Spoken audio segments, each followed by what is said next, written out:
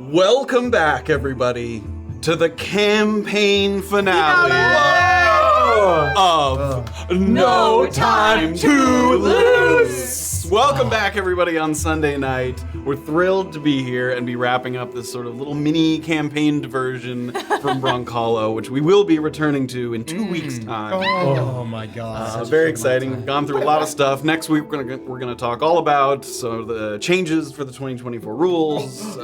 Really? I was here when you said that. We'll be talking about just some character changes. We'll also be recapping, talking about it, playing some games, all kinds of fun stuff. Could always use a little more on that later. Yeah. We can always use a good some. I want to do like a PowerPoint. Next slide. Yeah.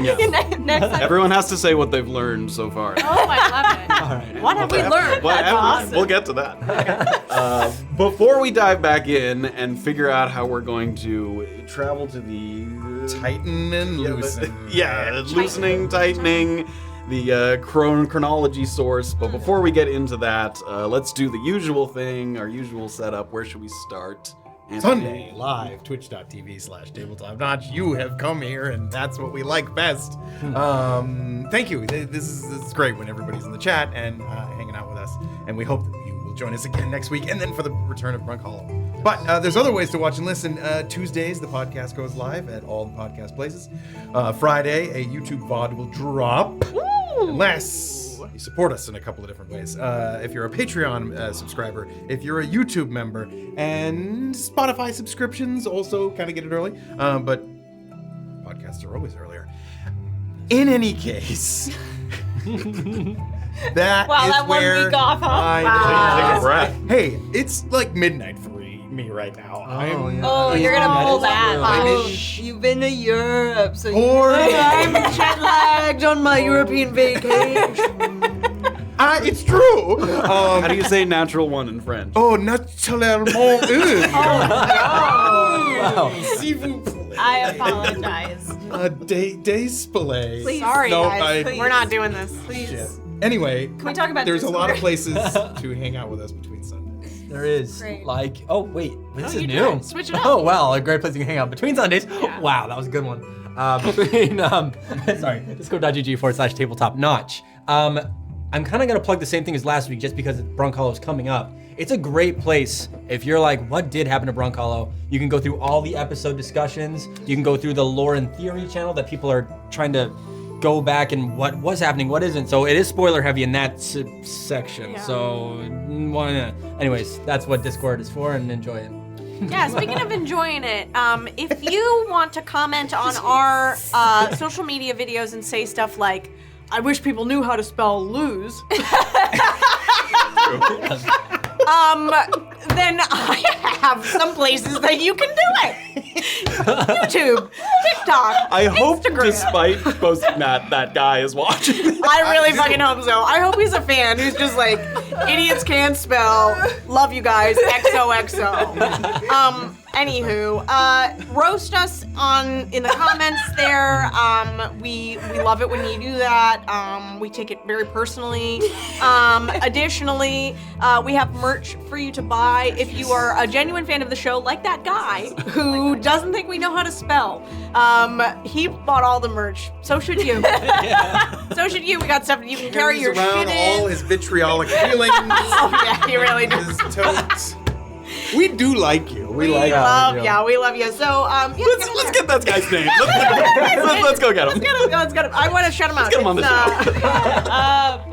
Anyway, dox that guy, and I'm just kidding. Don't do that. And yeah, that's a good way to transition to other ways you can support us, right? Yes, through channel. I wasn't ready for that. Sorry. No. Yes, Twitch subscriptions, which we talked about, YouTube, Patreon, all that great stuff. Also, just to quickly recap how the schedule is going to play out for TTN. Yes. Tonight, campaign finale of No Time to Lose, obviously.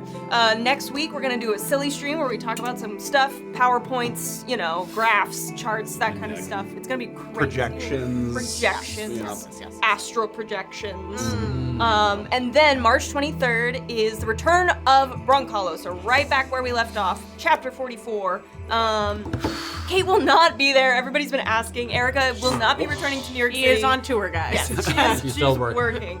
She will be back in the summertime, so just stick around. We will let you know, or not. Maybe it'll be a surprise. But Ooh. that's for us. Keep a seat warm for her. Yes. But, So that's that. I don't think there's any like Patreon stuff that we need to mention or anything. no, we dropped that Pretty- a Join it. couple weeks ago. Yeah, join the Patreon. Besides join it. All kinds of fun stuff. We dropped the 2024 rules Brunkhollow character sheet, Yeah. including a multi-class That's free. character sheet. Everybody free. can have Everybody. that. So Yeah. check it out. Do it. And then some additional puzzles were this month. So if you like throwing in some additional puzzles, feel free to check that out. You know what else is free? A fast, fun, and free, and very fun to do Prime. Oh, so subscription. fun to do. Oh, God, I It's just the love most doing fun it. you can have on the internet. So fun. It sucks to have to wait month to month to have to do it, but it is I know, the but best it part of is the fun, month. I guess. It's fun. Every month I get to do it. I know, but you have to wait.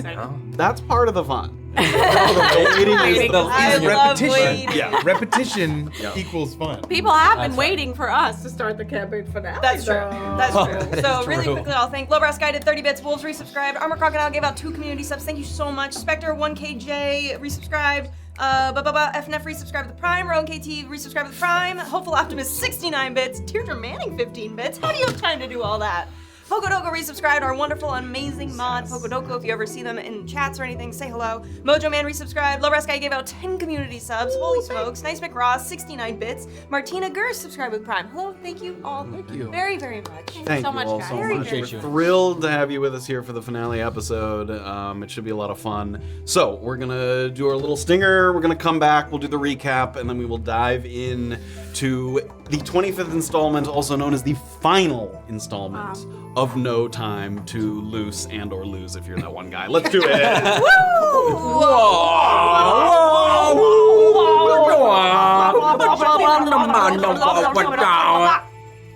What did we learn in the 24th installment of No Time to Loose?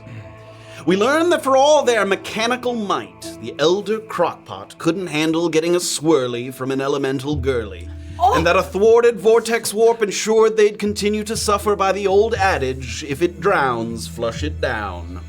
We learned that healing potions shatter just as easily as Himothy's hopes of staying above 50% hit points, and that you should never let your moonbeams be dreams when it comes to crushing constructs.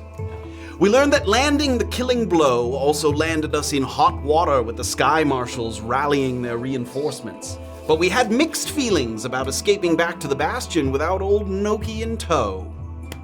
We learned that sometimes you just have to be a real nutcase and take a true leap of faith over the edge. But it also doesn't hurt to have someone swoop in at the last moment on a flying beast of legend, whose sole purpose for being there is dragging these nutcases somewhere safe. We learned that the raw magic required to defend against anti-aircraft lasers was awfully volatile, and that somewhere out there Viscardi Burbage was smiling, knowing that Himothy would rather die than sacrifice his cursed scroll. Oh, yeah. We learned after finally having a moment to talk that the Dragon Rider was none other than the Stranger, also known as Zachary Dendaris, the younger brother to Zalvar who'd been running the show at the Wayward Bastion.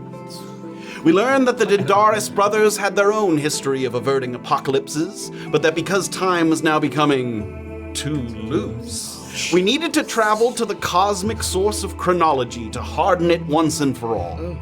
And finally, we learned that anyone who had too actively tampered with time needed to be present for the final act of future-proof fortification. So we tracked down Noki's escape pod and pulled him free from a pile of silly serpents. And so the question we ask ourselves now is, what is left to learn in the campaign finale of No Time to Lose?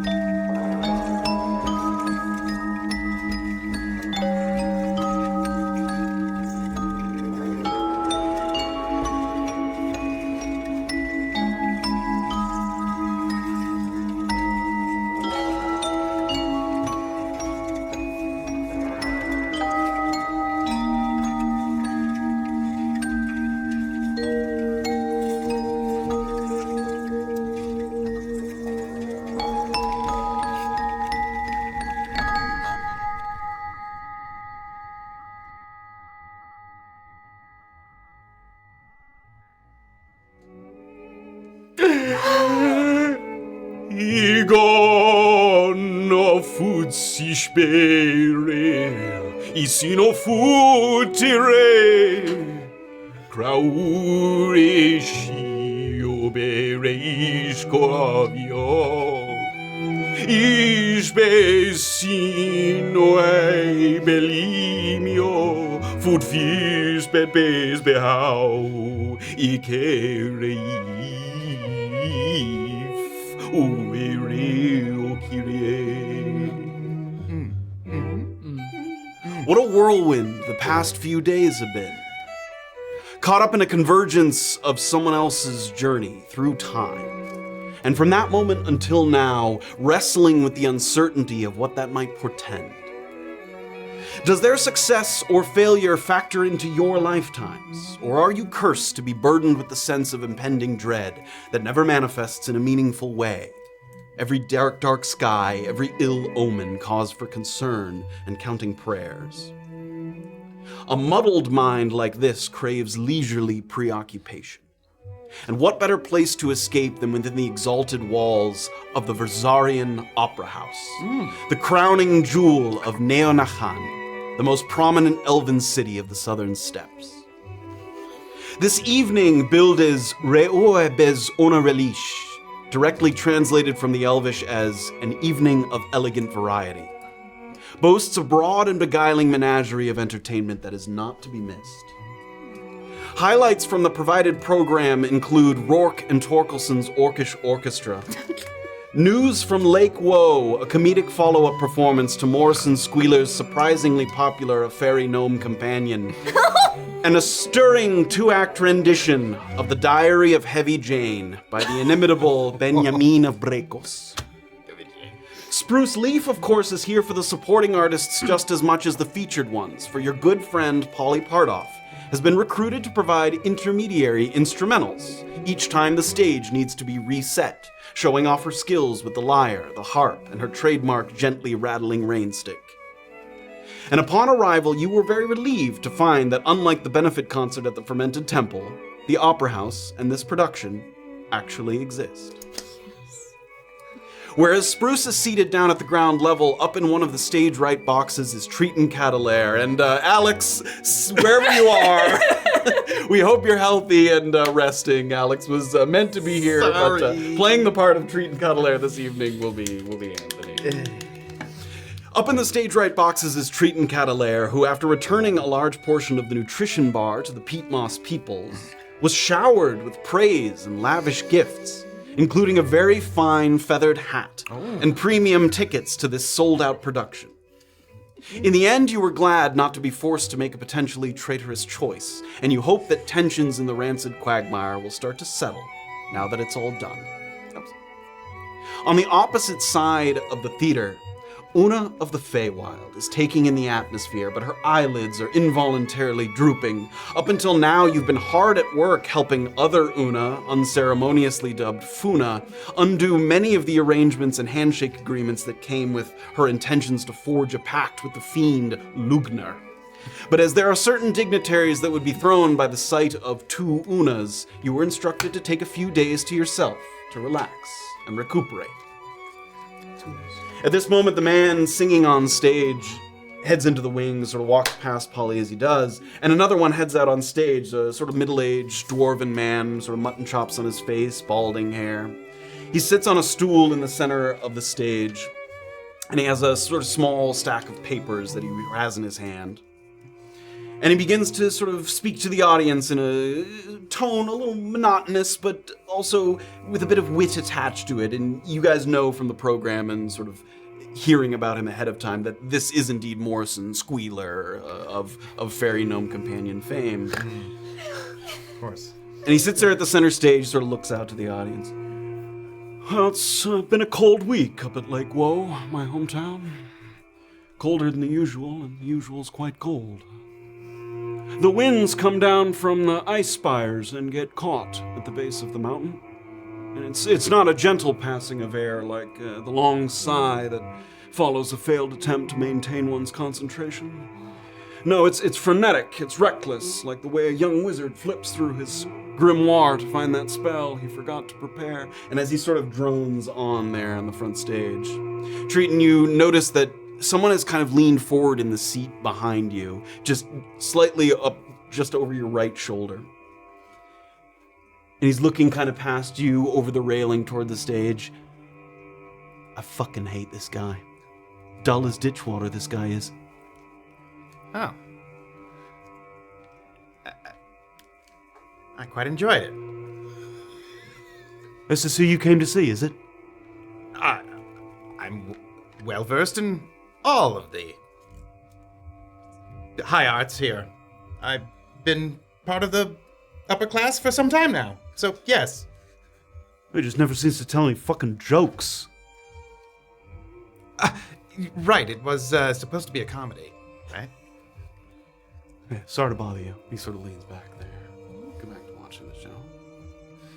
Down on the lower level, Spruce, the sort of elderly human woman that's seated next to you, she's listening along and kind of nodding, getting more bored. And she looks over to you, and you are sort of a little preoccupied in your thoughts, and she's looked over to you a few times throughout this performance. This is like the third, maybe fourth act throughout the show here.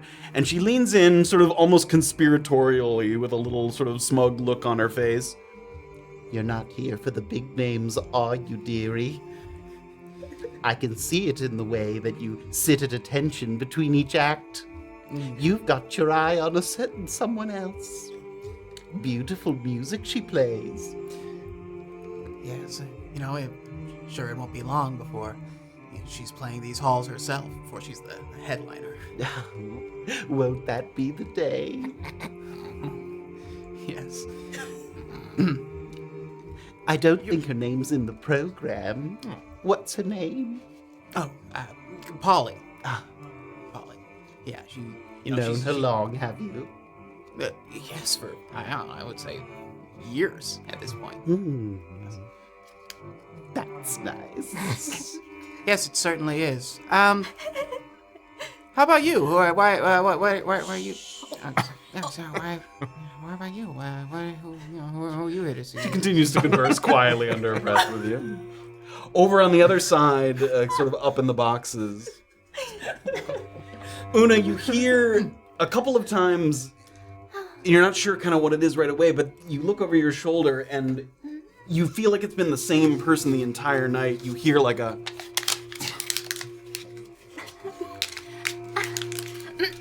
Oh, that sucks. It's me. Hello? Excuse me? Yes. Are you having trouble with some, wrapping of sorts? Did you need help? I have xerostomia, which means my mouth is very dry. I have to keep it moist. So I suck on things to get my saliva really going. Sorry, that's a problem for you. No! I would never, It's just that the wrapping is the problem. It's not the dry mouth. I'm so sorry about that. You're causing more of a scene than I am. I know, it's just been a couple of days. Please put it away, please. Make a persuasion check.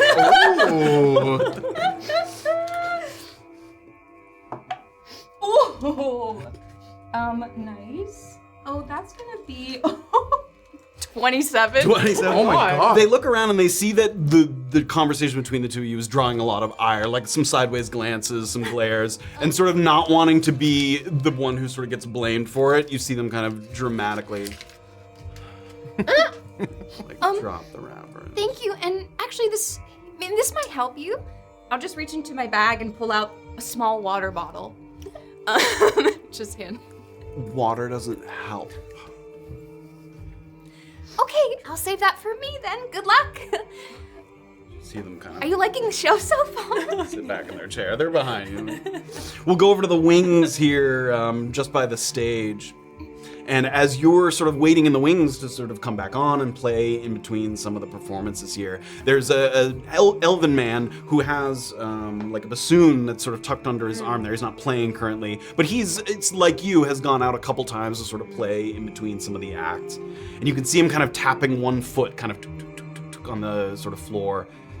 I don't know why I get so nervous before going on stage. Oh my God, me too. My whole body shakes. Been on stage loads of times, but I still get butterflies. Oh, honey, me too. No, I think we all do. I think it's all just an act, you know? You just gotta pretend. But everyone up there is shaking. I'm shaking. You can't really tell, but I'm shaking. I'm sweating. What do you do when you get nervous? You feel the place sort of grinding into a halt around you? Well, so I used to just get real drunk, but that didn't go so well. So, you know, I pivoted, and now I jump a lot. Like, I do like jumping jacks in the back, but like subtle, you know? But I'm like constantly kind of... What about when you're like right about to go on like we are right now, and I can't jump and I can't drink? Oh, well, you just pray, honey. You just pray. Okay, pray.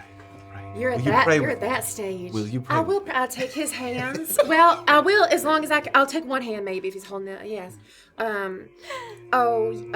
Universal, you know, gods and all that. What's your name, sweetheart? Williams. Oh, let Williams just give a career-defining performance. Just let this be the night that everyone walks away talking about how incredible Williams was. Thank you. Yeah. And you feel this sort of settles his nerves a little bit, gets ready to kind of go back on stage. For all of you, your trip here has been marked by some minor oddities that you've mostly chalked up to fatigue up to this point. Oona, when you last checked, the trip from Ukispire to Neonachan typically takes the better part of a week. Right. So it surprised you when you peered through your carriage window and saw the city limits after what you thought was only 2 nightfalls. Had a better path perhaps been forged through the mountains without your knowing it, or was it simply some disorientation from being deathly tired that sort of made the days pass faster than you thought? Triton, as the audience was filing in, more than once you had a feeling of kind of intense deja vu, especially in regards to 3 or 4 people that you swear that you recognized. But for the life of you, you couldn't remember how or when you crossed paths. At one point, you thought you saw a childhood friend, but when you approached them to say hello, they said you must have been mistaken, and you saw no look of recognition in their eyes. Spruce, a couple of times you've blinked, and then when you open your eyes again, the theater appears to be entirely empty. Like you're the only one there, even you can still hear the singing and the music, but then after a kind of thorough eye rub, it all comes back again. I just sawdust. Yeah. The crowds return after you open your eyes again, and maybe just a trick of the mind, a trick of the sawdust. Polly, the whole evening has had you in a little bit of a frazzled state because there seems to be 2 stage managers, which is unusual for a place like this. One of them's in his late 20s and the other's at least 60, and they're never on the same page about where you should be standing or what piece you should be playing next, so you've constantly been thrown. You've been sort of working your way through the whole night, one act at a time. And the most frustrating part is these 2 men, the younger one and the older one, are never in the same place at the same time, so you haven't even found an opportunity to get them to work it out amongst themselves. I'd like to get perception checks from everybody. Oh, buddy. Here we go. Hey, I'm back. Okay. Sure, I roll my D20 and not the other one that I often roll. My +1 wisdom mug. 19. 12. 13. 9. Another act finishes up on stage, and there's a sort of polite round of applause. Oh, yeah. Lovely. So nice. Best one yet.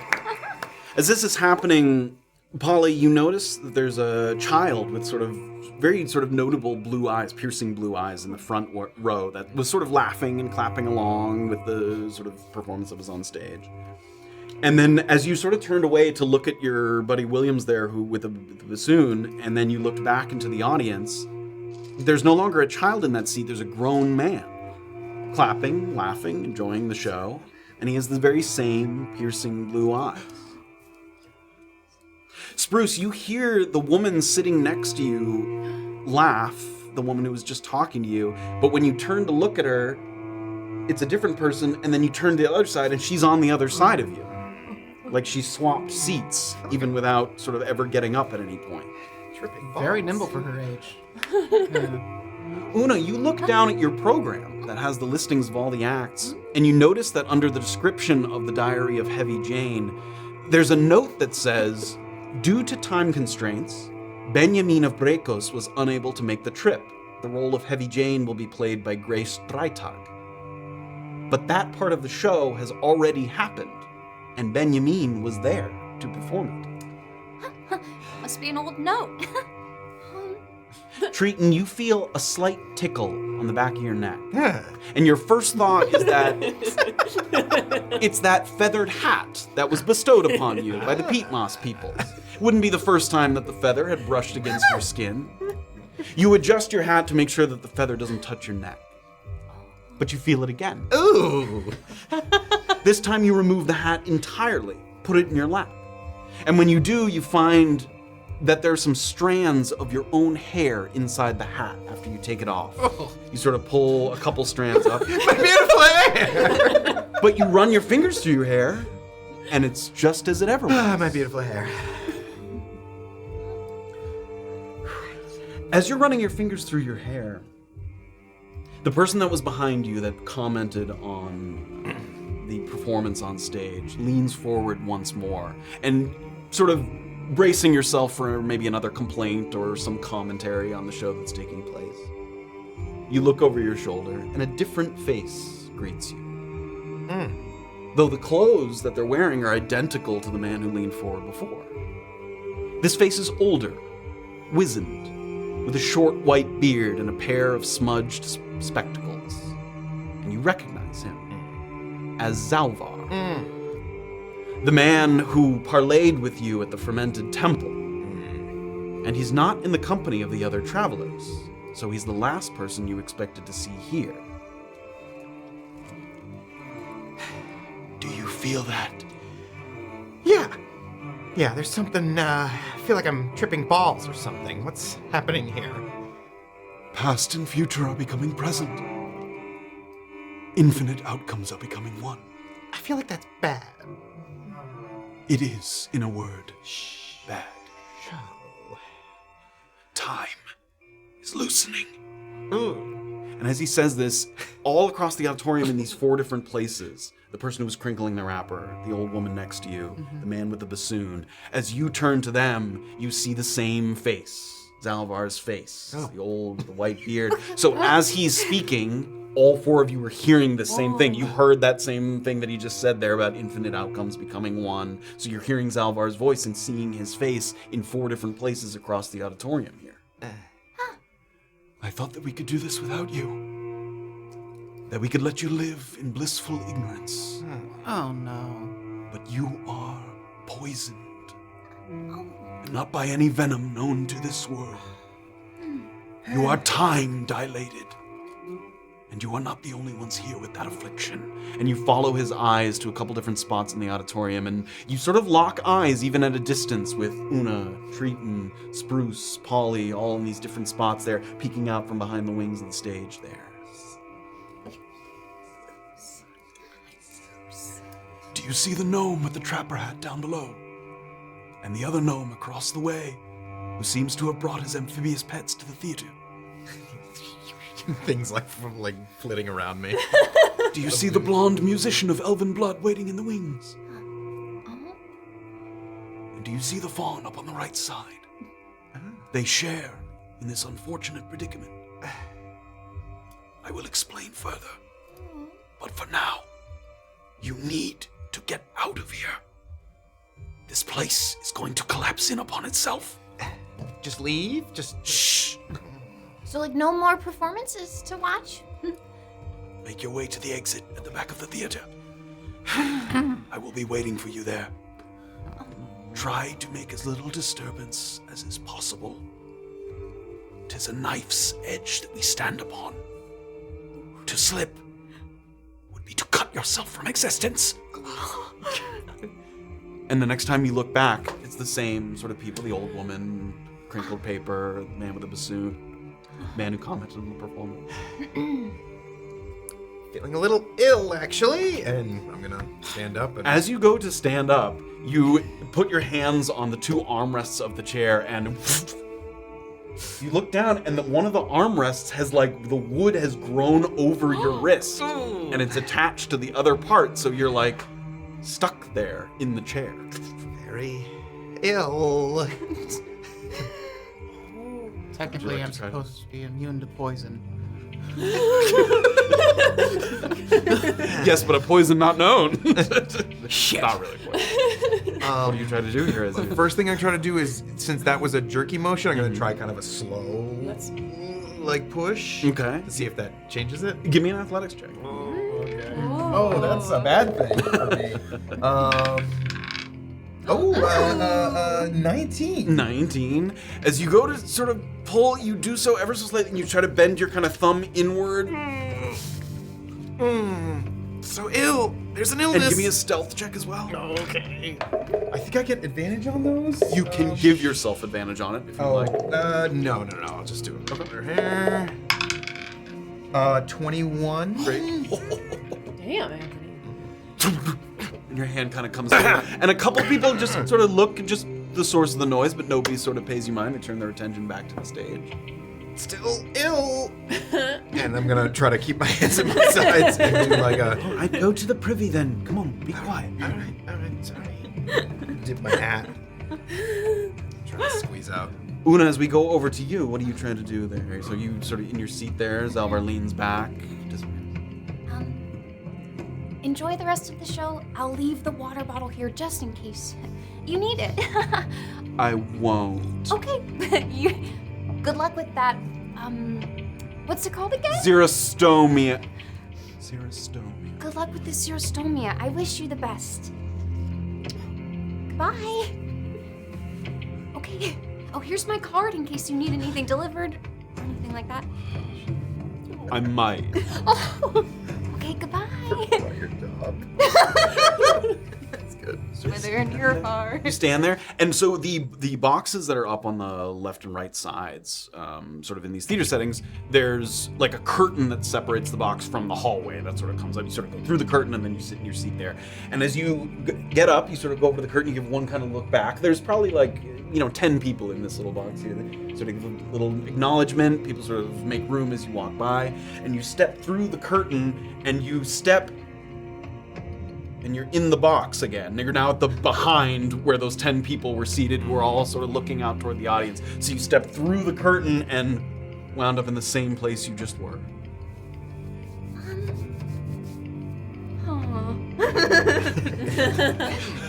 Could I?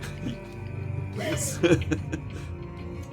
Does Sacred Flame have to be applied to a person? Could it be applied to an object? Because it's not a flame. I think that does require... It's a radiance. Yeah, I think that requires a target. Yeah, certain ones like, what's the... They have create flame or whatever that one Oh, is. yeah. That you can like hold the flame or put it on something. That makes but sense. Yeah, Sacred Flame you have to target a creature, I think. Okay, how about I try this? Can I use Mage Hand and open the curtains so that I can see if I can see into the hallway? Sure, yeah. Sort of wait for you're at the back of this little group here, so you can sort of make a little mage hand appear. Sort of draw the curtain, and as you draw the curtain there, it's almost like when you look into a mirror and there's a mirror behind you, it's like another box and another box and another box and another box and like all the way down. Well, if this place isn't real, is it real? Are we real? What if I just jumped?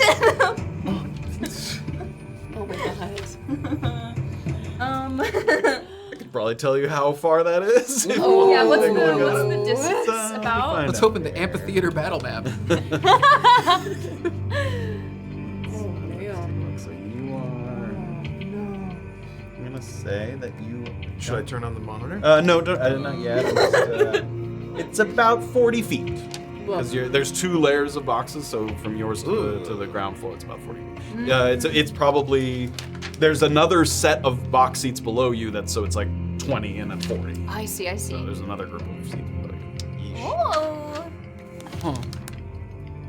can give that some thought for a second. We'll swing around. Is the box seat like still is visible to the rest of the theater? Like, are we able to see her up into the box seats? Yes. There's like a thick railing that's sort of up to shoulder height. So like if you look up and you see all the people seated watching, you're seeing like just from the neck up, like heads looking down at the stage.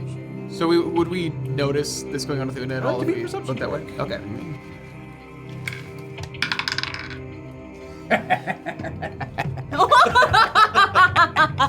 Maybe I shouldn't roll on your tray. What am I doing? Oh, come on. That's a big 2. Big 2. As you're a little preoccupied because as you start to look around and think about what your escape strategy might be, one of the ushers is walking by and you feel like a heavy hand placed on your shoulder from the backside and please don't disturb the performance, sir. I'm sorry, I just got a message. My wife just went into labor. I've got to go. Make a deception check. I should have chosen anything else. Well, I have a wife.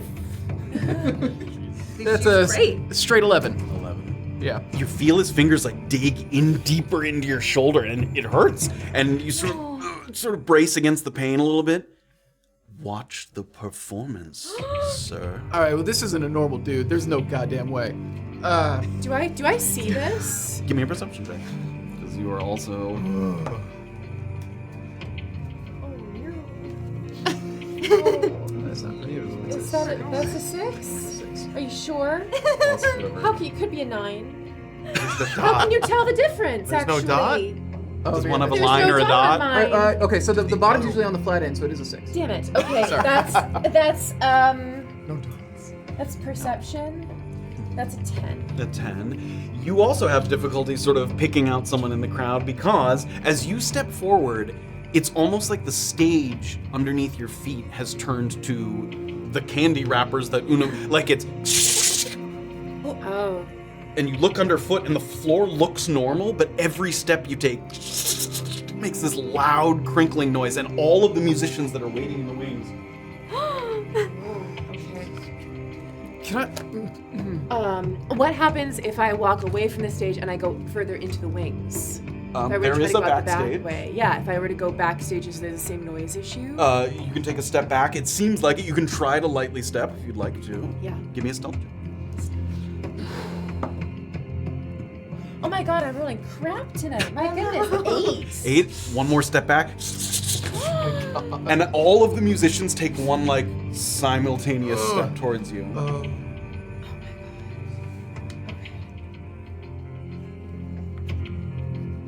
Okay.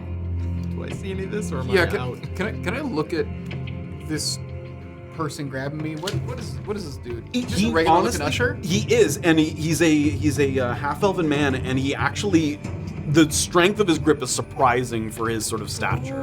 Like he's gripping you, and you know he's a full-grown man, but even so, like the amount that he's sort of digging into your shoulder is of surprising strength. What am I seeing in his eyes?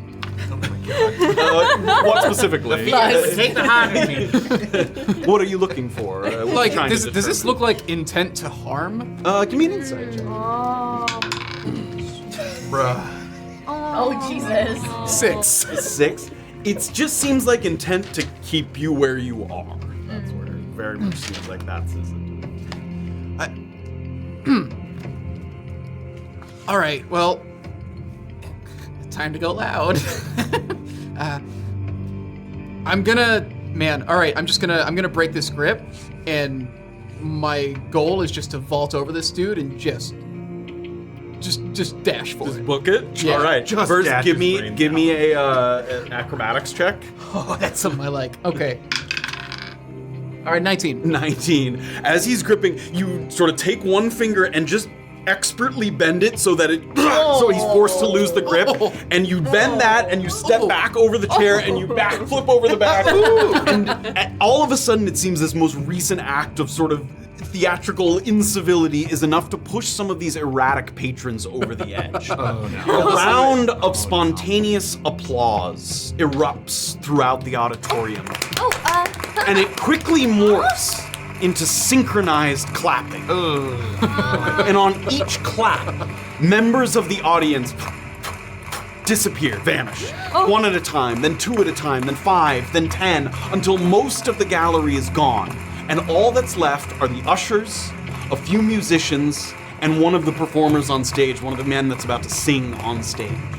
The ushers in particular become aggressive, incensed even in the way that they clap. Oh, like those monkeys. They smash their hands together until they start to bleed at the palms. And when it seems that they can't clap any harder, a second set of arms drops. And they clap as well. And another set of arms.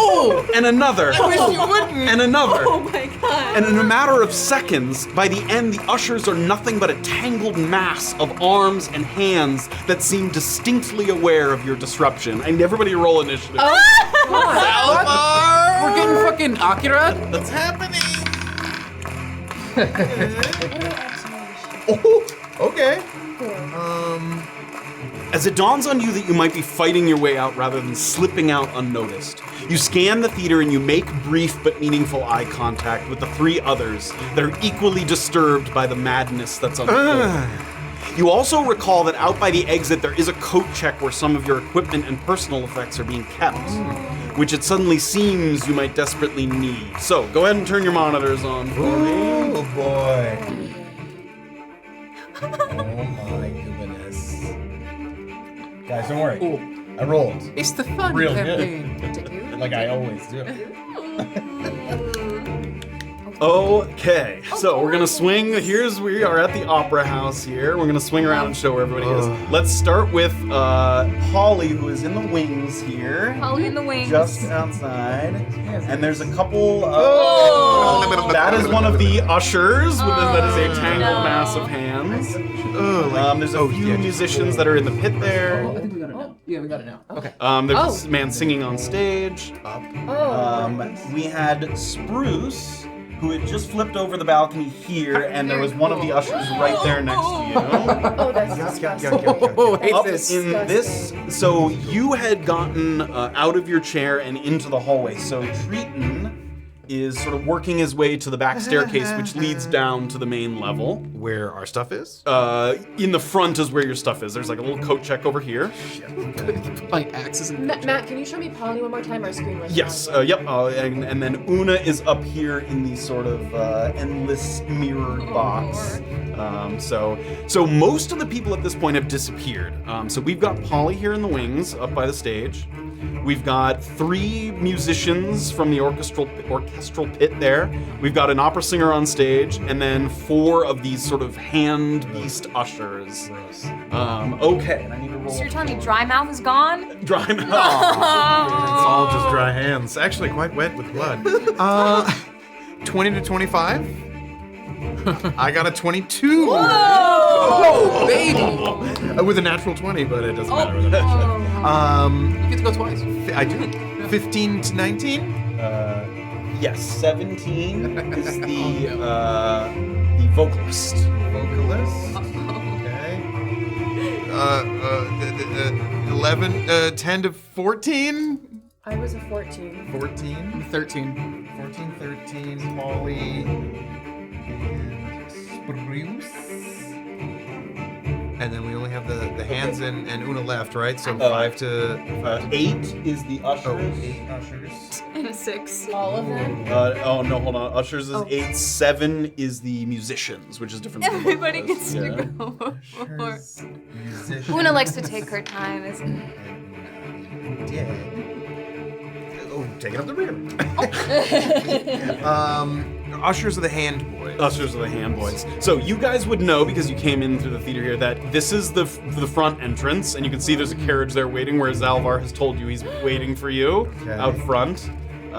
So that you are, you are attempting to get out to the front, and we will start with that. So we've got Triton, the vocalist, Polly, Spruce, the ushers, musicians, and then Oona. Triton, you can hear some chaos breaking forth. You hear that like clapping start to echo out throughout the auditorium, and finally people in the boxes are disappearing. What would you like to do? I would like to get my stuff. What is my... I want to move. I want to move real fast. I'm gonna I mean, the most direct route is like jumping over the balcony if you want to do. Which is the 40-foot thing. Mm-hmm. I might want to say fuck it on this and do that. There's no kind of like Strider goes by 10. Oh, an hour? Maybe I'll just do that. Yeah, because if I were to run down there, like how much movement are we talking? Yeah, I mean, you'd go down the stairs here, so it would be like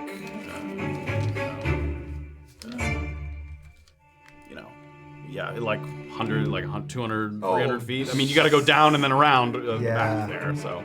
Yeah, fuck it. Here we go. I'm gonna try to do a little.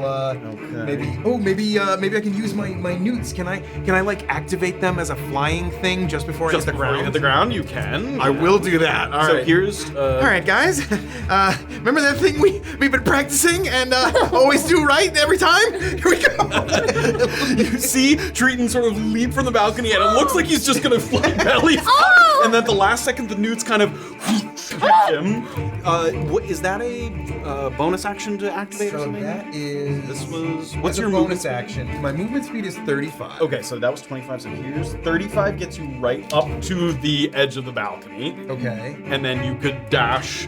Yes, and then bonus action. It's bonus action gain. Catch yourself as you get to the ground. And I'd rather just not use the flying speed for now. I'm gonna like sort of just hover on the ground, get the ground, and use the rest of my movement. Then the next 35. Sure. If I still have that. Like my action. 30, I guess.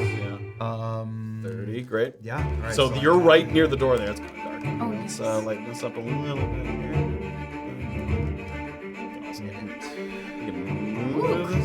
Whoa! We can move the sun around when we need to. So you have the door right there, and then the coat check is on the other end. Yeah. You're right by the door. Good. All right. Mount up, everyone. And you see some of the ushers kind of keep. I'm just trying to leave. Okay. That's my turn. The vocalist on stage, as all of this chaos is breaking out, he sort of takes out a little programmer script. Yes, you hear his voice sort of echoing out through the area. He's not doing anything on his own. He seems to be empowering some of the other people that you can't tell That makes exactly what sense. he's doing. Guess we gotta Ice that. Polly, you're up. So you're right there, kind of off to the side. Polly in the pocket. Here's you backstage, looking out at the theater. This is an incredible view. This is so real. Oh my The god. cinematography on Tabletop Notch? Is out of this world. Okay. What was I gonna? Oh, the weapons. They're at the front by the coat check. Yes. But you do have your instruments I because do you have were my here to rings play, stuff. so you Right, have your. Can I see where Spruce is? Yeah, so Spruce is like in the middle of the theater, just past Spruce, the railing. Yeah. Polly, I'm gonna be right there. Hang on. Okay. I have no weapon though, so I can't do any sort of like melee attack. Cast Okay. spells with Okay. your instruments. Let's try.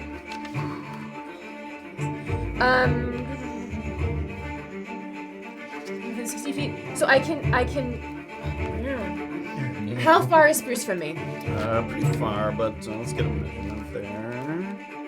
In a direct line there, about like 100 feet, 110 Cool, feet. baby.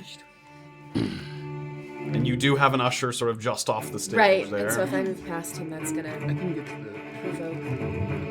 stage. Yeah. I'm gonna get to you. You take care of yourself. Polly, I'm gonna be right there. Well coordinated. Okay. Let's try Tasha's hideous laughter. Okay. On the vocalist. Oh. Okay. Just to see if we can get them to stop singing. Okay. That's a good idea. Saving throw. I think that's right. Yeah. So wisdom save. Wisdom save. Okay. That's a 14. That does not. Okay. Yeah. Is that the prone one? Is that correct? And if each turn, the target. Oh wait, where is it? Yes, the target falls prone, becoming incapacitated, unable to stand up for the duration. Not severe.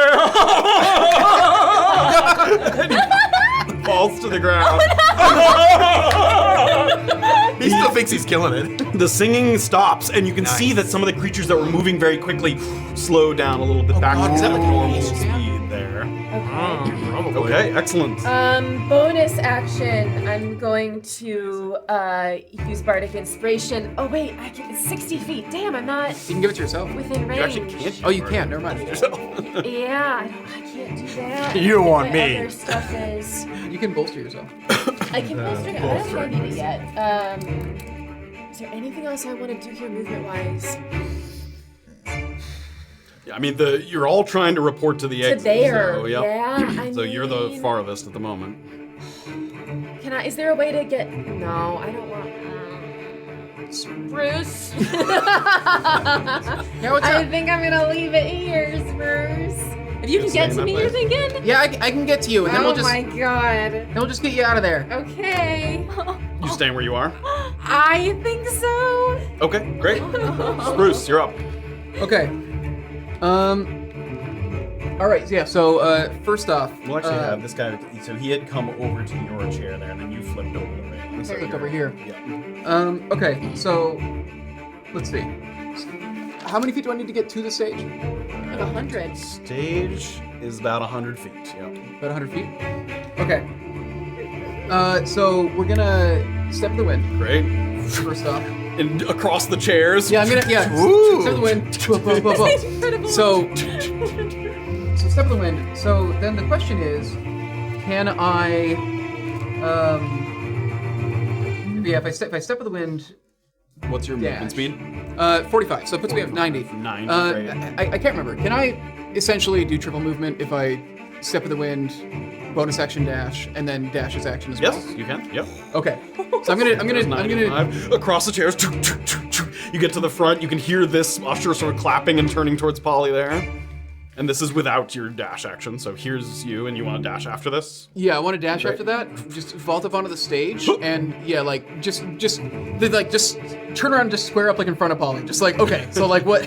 Sure. Yeah. Anybody comes up there. here, yeah, just kind of bodyguarding. Great. You see, those hands are like one hand, two hand, three, all crawling up to the top of the stage there. Anything else?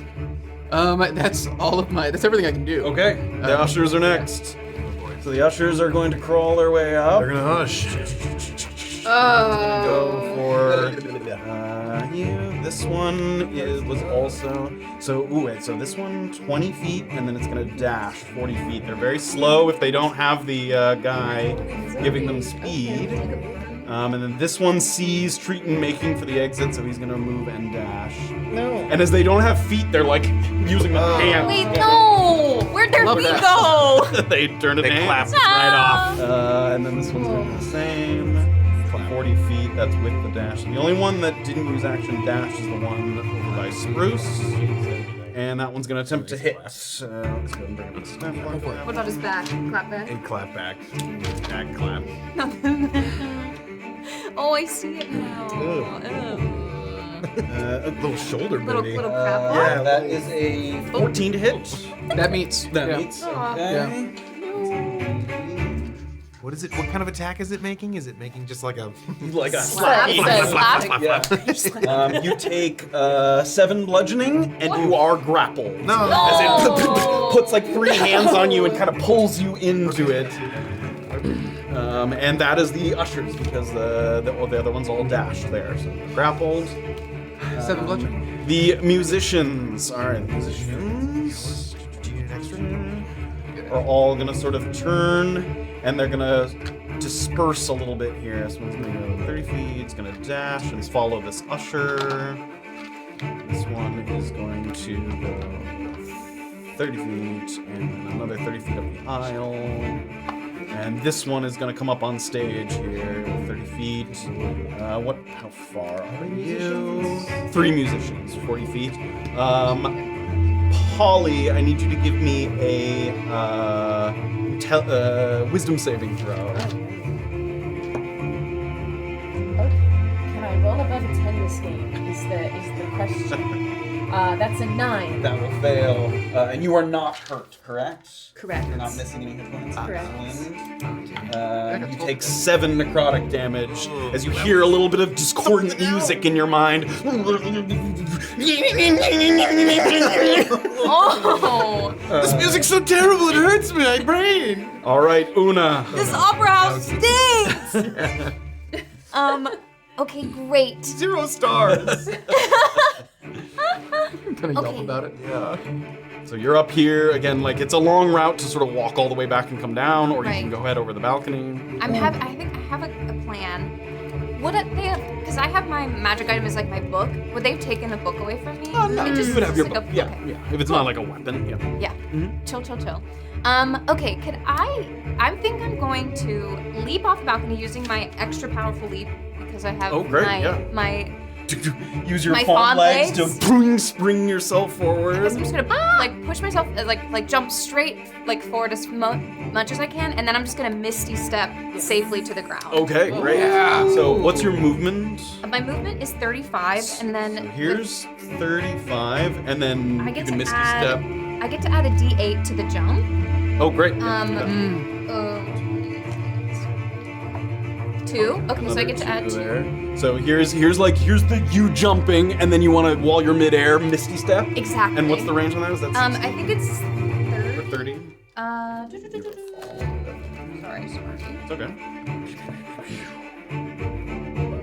There it is. Yes, it's 30 feet. Great. And you want Unoccupied which straight down? You want to head toward the exit? What do you want? You would have fallen a little bit there. I guess maybe I'll just kind of stay. I guess I'll just kind of maybe go even more towards the door. Like this exit? way? Yeah. Yep. Great. So 30 feet kind of gets you, just sort of between the chairs there. Perfect. Just Great. like a safe landing. Right, so boom, spring yourself and then you appear on the ground. And you see this one kind of. Oh, I don't need a hand. No, thank you. Anything else? I think that's it. Triton, you're up. All right, I'm going to real quick concentration on one of my regular spells versus the concentration on the favored foe. I can't do both. Those are both concentrations. Okay. All right. Well, I'm gonna Zephyr Strike for now to do some fucking movement. So, bonus action, level 1 Zephyr Strike. I increase my movement by 30 feet, I believe. I have to attack, right? That's how that works. Is it? So a move like the wind. For the duration, your movement doesn't provoke opportunity attacks. In addition, the first time you make a weapon attack before the spell ends, you make the attack roll with advantage, and your speed increases by 30 feet until the end of that. You do need to make the attack to get the extra. Okay. speed. Well, all right. How far am I from the stuff? Like I don't have my quarterstaff. I don't have my. You do not have your little sling. Yeah. Sling, So okay. if you sort of push through the door here, and you're about 100 feet from the coat check back there. How far? Do I have my stone pouch? Yeah. Okay. Yeah. So I could just chuck one of those. Yes. It has a 60-foot range to just chuck one of them. Am I within 60 of any of them? Most of them kind of. That's the closest one, and that one's they're pretty far. It's a pretty big theater. I can't make that any further, can I? Damn. All right. Well, I'm gonna hold off on Zephyr Strike until I can actually utilize it, I guess. But I will dash towards the stuff for now. So 35 is 70. And another 35. Oh wait, that's 35. As you're running up, you see the sort of one of the people who has not disappeared is the sort of well-dressed coat checkman, and he sort of sees you coming. He seems like everything's fine. Yes. Okay. Leaving early. I'm like fumbling for my coat check ticket, and I'm like, get everything ready. Here I come. And I'm like pushing it forward. Okay, great. He loves his job. He's so You good. didn't use bonus action or anything else? No. Okay. Everybody in this opera house is so sensual. I know. Like, Okay, the vocalist. When does he make his save? At the end of each of its turns. Great. Okay, so he's gonna do another Wow. roll here. No way. 7. So he's he tries to pick himself up. He falls back down. He's having a great time. the fairy gnome companion bit he just got it. Yeah. So topical. All right, that takes us to Polly. Hey, I want to grab Spruce. Okay. and we're gonna use Dimension Door. Okay. Whoa! And we are gonna. As he's like, there's like a hand over one of his face and his neck. Molly, pulled in. Molly, help! I'm being touched. I got you, Spruce. And we are gonna Dimension Door, so 500 feet. I don't know if we need all that, but we are gonna go to coat check. Do we think? You should know where coat check is. Yeah. Yeah. Good. You can go Wow. the whole And beyond. way. Nice. To go second beyond. Is You there? see the coach go by. Well, I was gonna ask. I don't know if this is possible, but would I know where the coat check person is currently standing? You'd know where he usually is standing, yeah. I would like if I Dimension Doored on top of him. Could I possibly do damage? I don't think Dimension Door will let you do. It has to Any be in sort of unoccupied damage? space, I think. Yeah, but Fair. you can All right. teleport like right. So then we'll just go right in front of him. Can we I was just explode from wondering inside if we it? can. Tickets, please. Oh goodness gracious! Whoa. But you can indeed. A door in my chest? Uh-oh! It's gotten so gross. Yeah. And no tip. Great. So the two of you sort of immediately appear in front of the coach check, and he had his hand out to Triton. Oh. Oh, great! I was gonna steal everything, but good that you're here. So is it? Would it be a bonus action to hand him the coat check? Sure. Roll me a percentile roll for your A coat check percentile number. roll? Oh, God, please! I'm not gonna roll it. I think this is cursed. I'm gonna roll in percentile. something else. Yeah, D10 and a D100. Oh, That's a D20. Okay. Yeah. D20. Don't look Yeah, at that. D10. D10 No, and a D10. D100. Have you got both of D10 those? and D100. This guy. Okay. Maybe I won't roll in that either. Maybe I'm just gonna roll Sorry. on the table if that's. Just a raw table roll? We're doing it raw. That's a 0. That's okay. That's good. Is that good? If you get a double 0, that's 100 on this next one. That's a 60. Okay. 60. So 60. Great. So you 600. hold out the ticket. It's 60 on the ticket. Uh-huh. He takes it. I'll go get it. And he starts to Oh no. Oh. Oh, God. search through the coat check there. God. He's in the middle of searching, so That you use was an my action and a bonus bonus action. action? It is a big theater space. Okay, that's lot fair. of- There were a lot of seats. coats. Yeah. Damn it. Okay, you still have your movement, Yeah. or is there anything else you want to do? I don't think with movements. I don't think so. Give me a perception check as well. We'll try this again. This purple guy. Oh my God! Perception 9. 9. You just hear in the distance a muffled voice that maybe kind of sounds like Zalvar. You can't hear what he's saying, but like out the yeah, like it sounds urgent, but you Yeah. can't tell exactly what he's Copy saying. that. Okay. All right, Spruce, you're up. You've been dimension doored out of the hand. Yeah, I'm just watching this man slowly. Okay, I'm gonna use my minor illusion cantrip. Can I make it sound like whatever the auditorium has is like an announcement speaker, like whatever they have. Can I just have it say like, it is time for the union mandated 10-minute coat checkers break. Give me a deception check.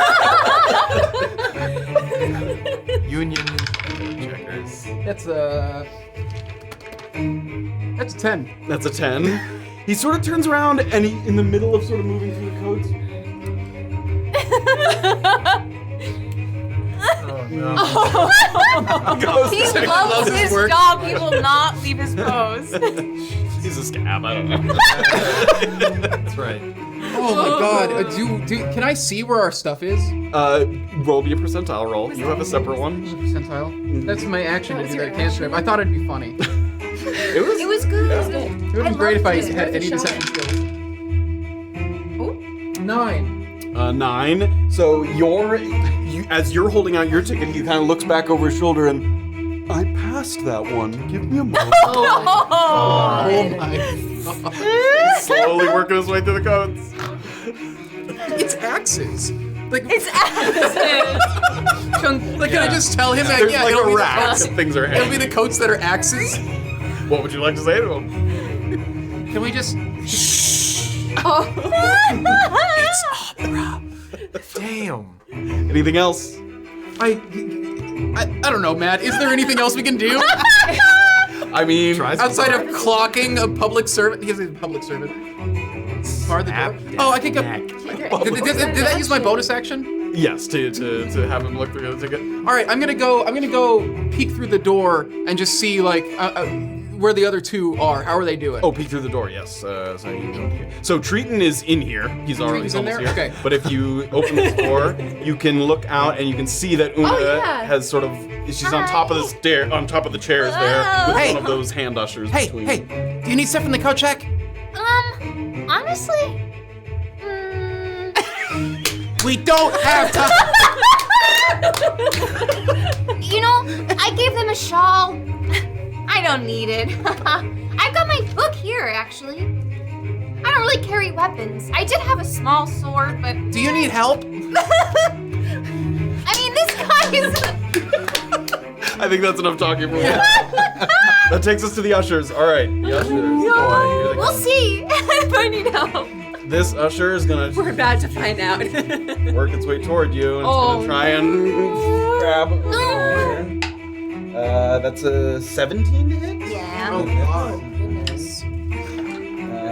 You take 10 bludgeoning, and you are grappled by that. These other ones are gonna have to dash. They're very slow without the guy helping them. So that's 20 feet and then a 10 dash. Dude, that's a high value dashes. 20-foot dash. Yeah, very much. And then another 40 feet with the dash. That is the ushers, which takes us to the musicians, which are going to also. Bottleneck in here. How close Probably not. are. Oona, give me a wisdom saving throw. Wisdom. Mhm. Okay. Ooh. Sorry. Wait, where's? Oh, this one. Oh my goodness. 24. 24, that will save. Okay, you don't take any damage. That was Okay. another bit of that discord, like. It Not- reminds me of my mom. You're like, after the rappers, that's nothing. Okay, Oona, you're up next. Okay, can I cast spells while grappled? Yeah, it doesn't affect your ability. Great. Can I Eldritch Blast him off of me? It's a ranged attack, so it would be a disadvantage because you're within 5 feet. Interesting. But you can still do that. Okay, let me just triple check something. I think I'm gonna try it anyway. If it's a ranged attack roll, and you have multiple beams, right? You get two. Two. So only one of them has to hit to push him away from you. True, very true. And we don't know what their AC is yet. Nobody's trying to hit. Okay, great. Let me just try it. Can Great. I borrow 20? Okay, so 2 disadvantaged ranged attacks. Okay, we'll try one first. So as the hands are sort of grappling you, you sort of reach in and Oh no, that's unfortunately a 10. that will miss. Okay, and then do the second one. Oh man. Okay.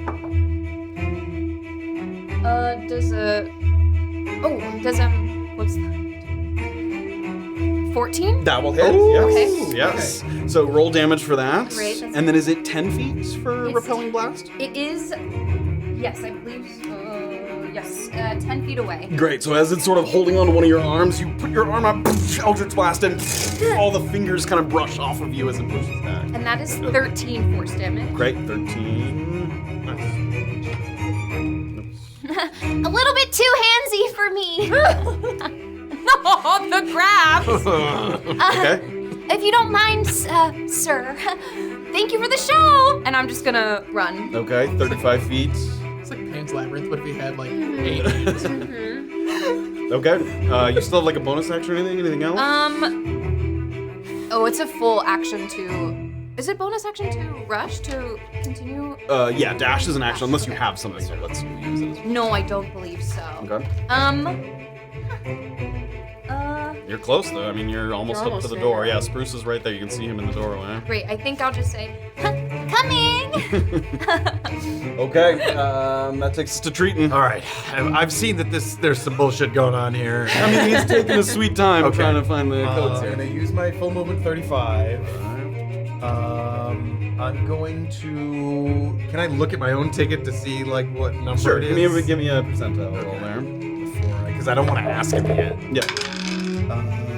83. Okay. I'm going to. I think what I'm If going to. you would have seen from having come in originally, like from left to right, it's like it's organized from Yeah. like 1 to 100 left to right. So So, he's I have a pretty good idea of where my stuff is. generally, yeah. I'm not going exactly, to. but generally. I'm going to bonus action I don't know how much of a blood hole this guy's gonna be.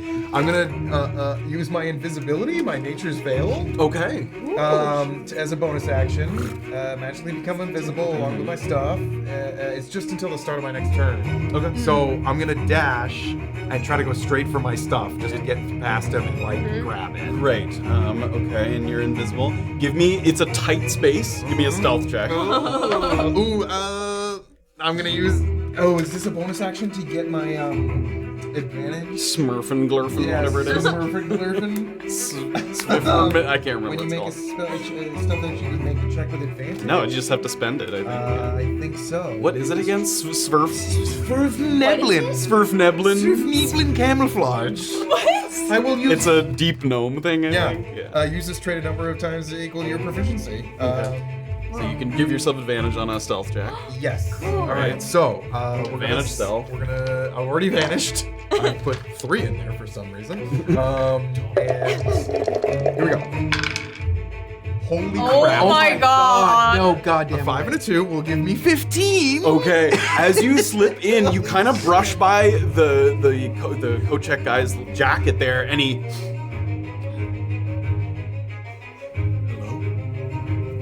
I'm gonna like pause for the briefest moment and then just try. And as he waits for a moment, and then he tries to like catch you in the act, like pushing 2 jackets apart. Okay.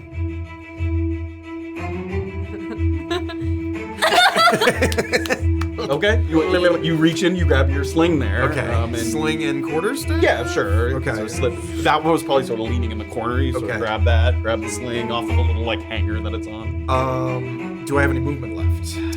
Yes, a little bit. That was like you probably have 10 feet of movement left. All right, I'll try to very sneakily like Slip back grab out. back Yep. by. Right. And does it? When does the invisibility go away? Just the end of your turn. Start. Start of your next turn. Okay. Oh, that's the different thing.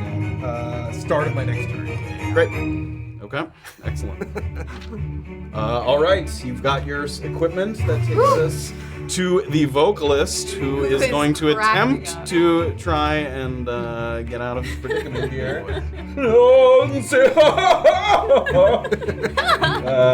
That is maybe 16. That meets it. Okay, so. Oh, no! That was clutch though. That was really good. Okay, and he's gonna sing, and any creature that can hear him gets increased movement speed. Any friendly creature that can sing. Okay, but that's his turn, which takes us to Polly. Okay. Uh-oh. Matt. Yes. Are there, okay, first of all, how far am I from the door that Oona is trying to get through? Oh, not far. Not far. Yep. Yeah. 20 feet. Okay. My movement is, where is my movement? I think you're 30. I think It's I- on the right-hand side there, but I think. Yes, okay. Can I just get a view of what's going on with her? Yeah, she's Okay. like she is There's this guy. about 35 feet from the door, and you're 20 feet on your side. Okay, how tall are the ceilings of the... Of the whole Space, theater? yeah. Pretty tall. 70 feet up. Goddamn. Okay. Okay. I will use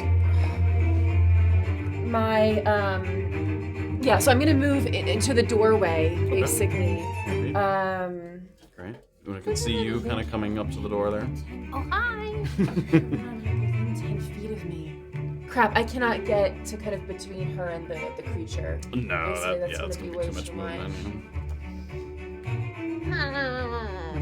I'm just trying to help her, because that guy is gonna come grapple her again. He's doing this, He's like, which I'm not exactly sure what it means.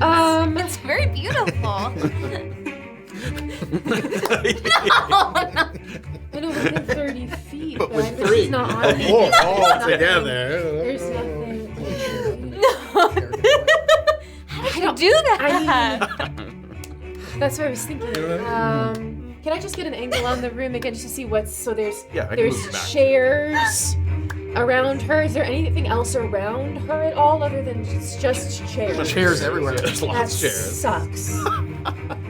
Oh, chairs? What's your problem? Okay, so I'm gonna use. There's nothing I can do. I'm not gonna move. I'm gonna be back where I was. That's okay. I'm so sorry. That's okay. I'm trying, but You're about right there. We're gonna make it. We are. I'm gonna use Mage Hand Okay. to try to grab my sword, Okay. my rapier. So he had gone down toward the lower end of numbers because Spruce gave him his ticket and he pivoted to that It was one. 9 so or now something. you're over at 60 something. Yeah, I was 69 Great. probably. Give me a. Give me I like a. that he didn't finish the one that he was given. No, you said. He's very easily distracted. Yeah, top of mind. Great. As you make the mage hand appear, and you sort of flit through a few of them, and then you see a little glint there, and you grab it with the mage hand. You can do so. Can I bring that back to me? Sure.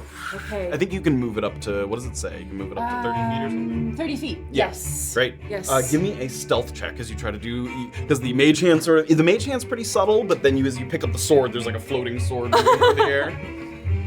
It just happens. 9. He sort of, as Not the rolled sword's above its moving, head this he entire just game. pivots and, who was that? And he looks, and the only person sort of in the vicinity is, Oh, honey, I'm just helping you out. That one was mine. that's not your job. And he's gonna rage and Oh my and he's got like his outfit is made entirely out of coat check tickets. He's gonna go into Okay, I'm sorry, but I'm You have also your stuff. really glad that we got to see Coach Check Man in like his true form. You have your rapier though. You were Rapier able to though. get Okay, it, yes. great. He's like the librarian Ghostbusters. He's just like, Yes. You were yes. quiet. Well, you're gonna need that rapier. Yes, I am. Okay. Oh my okay. god. So I have movement and a bonus action. Oh, Yeah. hi. Bonus I might be able to. Oh my god. If it doesn't work. We'll see. Oh, I think I will use my bonus action to inspire Spruce with Bardic Inspiration. Love that. Okay. Love that. I feel like we're gonna need it. Those are D8s at this point. I think that's right. No, Yeah, is it D8. D8 or D10? I'm so. If you flip through it has the die. Keep going on your skills there. It's in there somewhere. Keep going. Yeah. What? D10s. D10. D10s, Okay. there you All go. right. Whoa. Okay. Huge. Yeah. I'm a powerful bard. Incredible. And movement. Do you want to go somewhere? Oh, God. That isn't right there. Yeah, probably at this point. I will use my 30 feet to Toward the get door? closer towards the door. Great. Yeah. 30 feet. You can hear the sounds of a carriage kind of outside the door there. All right, that's gonna take us to Spruce. All So right. you're seeing Oona there. How far is that usher from me? That usher is How many more are there? 60 feet. Three more. It's not. Oh, it's gonna be such an easy.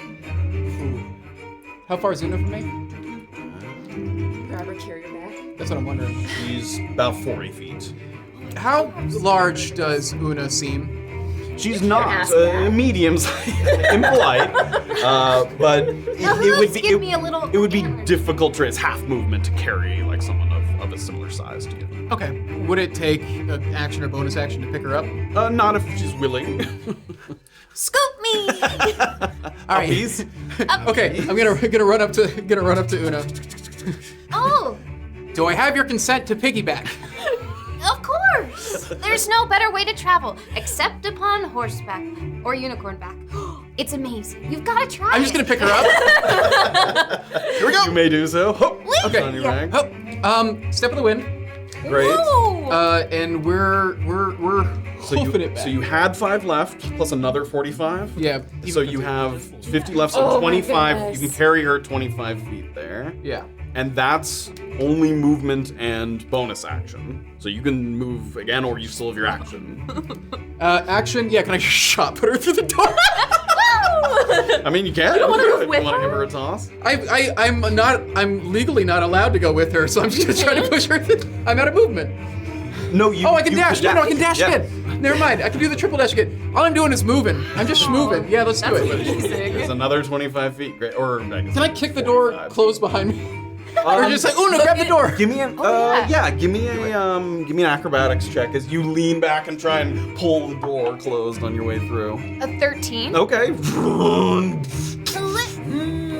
Okay, it's just you guys. As long as that thing doesn't have hands, we're okay. The door. Oh god. No, the guy.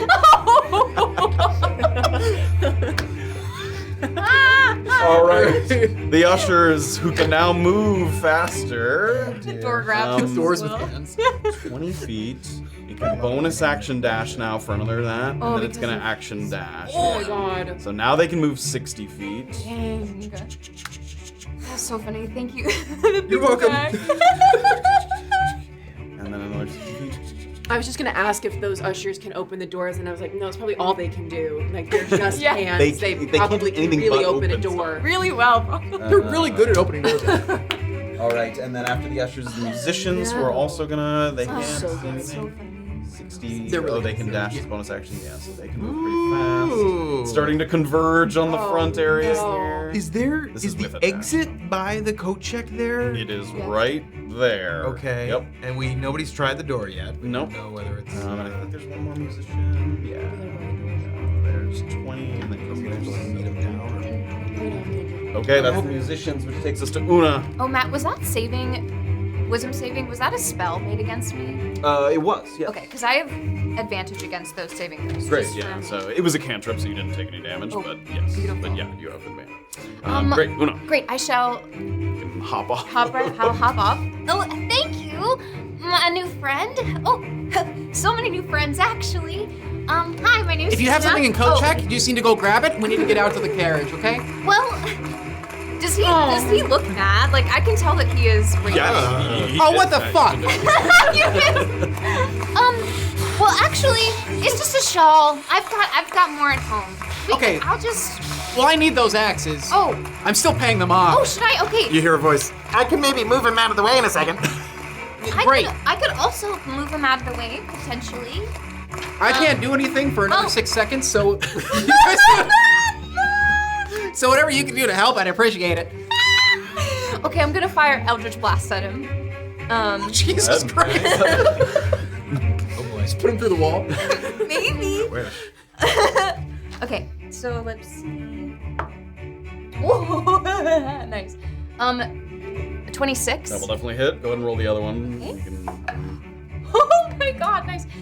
23. Great. So this guy gets blasted into the corner here. He gets like pushed up against the desk. A bunch of papers go flying. So he gets shoved into the corner. Sorry. You can go ahead and roll damage for both of those. I don't think I've ever rolled this well in my life. I was so proud of us for not doing the easy thing and just cold cocking this coat check guy, and then it turns out that he's actually like a fucker.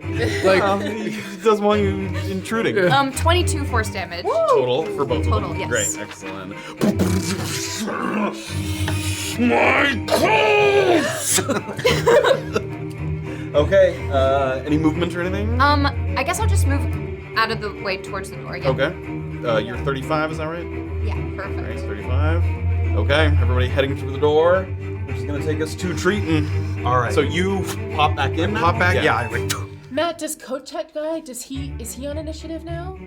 Yeah, he's gonna be, that's okay, he took his last turn to rage. He's gonna go at the same time as the vocalist when he comes up. So after Triton here. oh boy. All right. I'm going to. You see, Triton's like whipping up a magic stone here. I'm gonna wait for you to make your move, and then I'll make sure that he doesn't get you.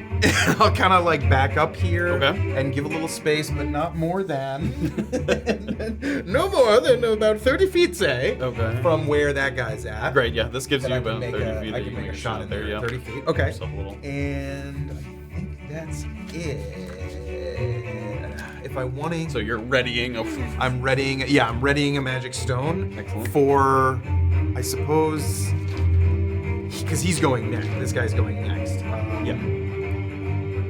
Okay, if he comes out at us, as soon as he kind of gets to the edge where I could push him in a direction like out of the way, so that somebody would have free movement in here. Okay. So in that case, I will actually move a little farther away, so that I'm just about 30 feet from the opening. That's smart. I realized I There you just go. pushed more into the Push it. Okay. Yep. Yeah, About 30 and feet. I'm waiting for him to get there so All that I right. can push him some. It's muted now because the doors are closed, but you hear the vocalist singing, and then the code check guy is going to get up off the desk and start to head out. You may make your attack roll here. Okay. I don't have Zephyr Strike, so it's not advantaged. But let's see. 18 to hit. We'll hit. Okay. Great. So just as he turns the corner, the magic stone hits him right in the forehead. So I'm choosing between extra damage and the movement. Yes, for the swarm. For the they swarm. gathered. So I'm gonna do all movement. I'll do the crusher. Well, let's roll the damage first. It's 3 plus 5 is 8 bludgeoning damage. Okay, excellent. So the first thing that happens is with the crusher feat, he moves. He moves 5 automatically. Which direction would you like to move? I think you can choose I guess if there's east or west there to get him out of the doorway. Is that the yeah, idea? I guess northeast, kind of Like away this way? from us and the front door. Sure. Yeah. Yep. There's So a that's little the bit of a first gap 5. there for someone to sneak in through, and then he makes a save. He makes a save against one of these guys. DC strength So saving he throw. gets Oh, boy, plunked he's with the gonna be stone, really good. and then he gets plunked with the stone, so he moves a little bit, and then your newts kind of go out, and they try to kind of lift him up and move him there. Here, we'll do a. Ooh, what's his modifier? Yeah, 1 second. Make sure I do the right one. Oh wait, that's not the right one. There we Hey. go. Okay, he's got a +4. Okay. So he needs to roll a 12. A 12 or better. Honestly, not as bad as I expected. Is that 14? 14, yep. Okay, so all right. Well, there's a little bit of room there. Okay, yep, there is room to slip through there. Although I guess it's still his turn. It is still his turn. However, he can throw these, which he's going to do. He's going to turn after getting plunked, and he's going to take his little axe and I didn't mean it. Curl it at you. He's actually going to do both. Whoa. He has axes? He does. no fair. That is a 14 to hit Miss. and a dirty 20 to hit. Hit. Okay. Well, as long as it's not a crit. 13 slashing damage. So you get clipped by that second axe there. And then he looks like he's going to kind of get ready to charge at you after that. But that's his turn, which takes us to Polly. Well, I'm debating. Somebody make sure the door is gonna open. I know, that's why I can block the door. I can try to do Tasha's on this guy again. Time is loosening, but my butt is tight. Please. You should go to a doctor. No stick. How many are at the other door? At the other door. I mean, you could hear sort of other creatures They're- sort of approaching They're that approaching. door. Yeah. So there's a musician and A a little further, you can and hear an the usher. slapping footsteps of one of the This ushers. sucks. And then there's on the other side. There's just that one guy. Oh, There's a several lot. things coming to that door there. Man, okay. Yeah, so I'll use my, okay, so I'd like to move back. I want to get within 10 feet of the door that the coat check guy is kind of in front of, but I don't want to get, I want to say as far from him as possible. Okay, great. While still being Here's within 10 20 feet. Within 10 feet of this of the door. Yeah. Yeah, a little bit further. Great. So that was 25 feet, and that puts you within 10 feet of the door. Okay, so I'm gonna do my performance of creation, and I'm gonna channel a non-magical item, which I think, as it was last time, a really cheap boulder, just a really massive Just a big rock. rock Okay, big bonk rock. with graffiti and Let's find rock. just as cheap a rock as you can get, because it's got to be pretty cheap. Oh god, it's huge. Those rocks are just inexplicably in the middle of a playground. Graffiti there it is. Yes, and we're just gonna put that. And is this the one where it can move around, or No, Okay. this one just can exist. Great. So you're gonna sort of summon a little. Drop it right onto Rock. you. That just exists. Hold on. Can it grow and just kind of push Spruce? Yeah, I don't want to crush Spruce the rock after all this time. Maybe a more reason. There we go. A more reasonable sized rock. Great. And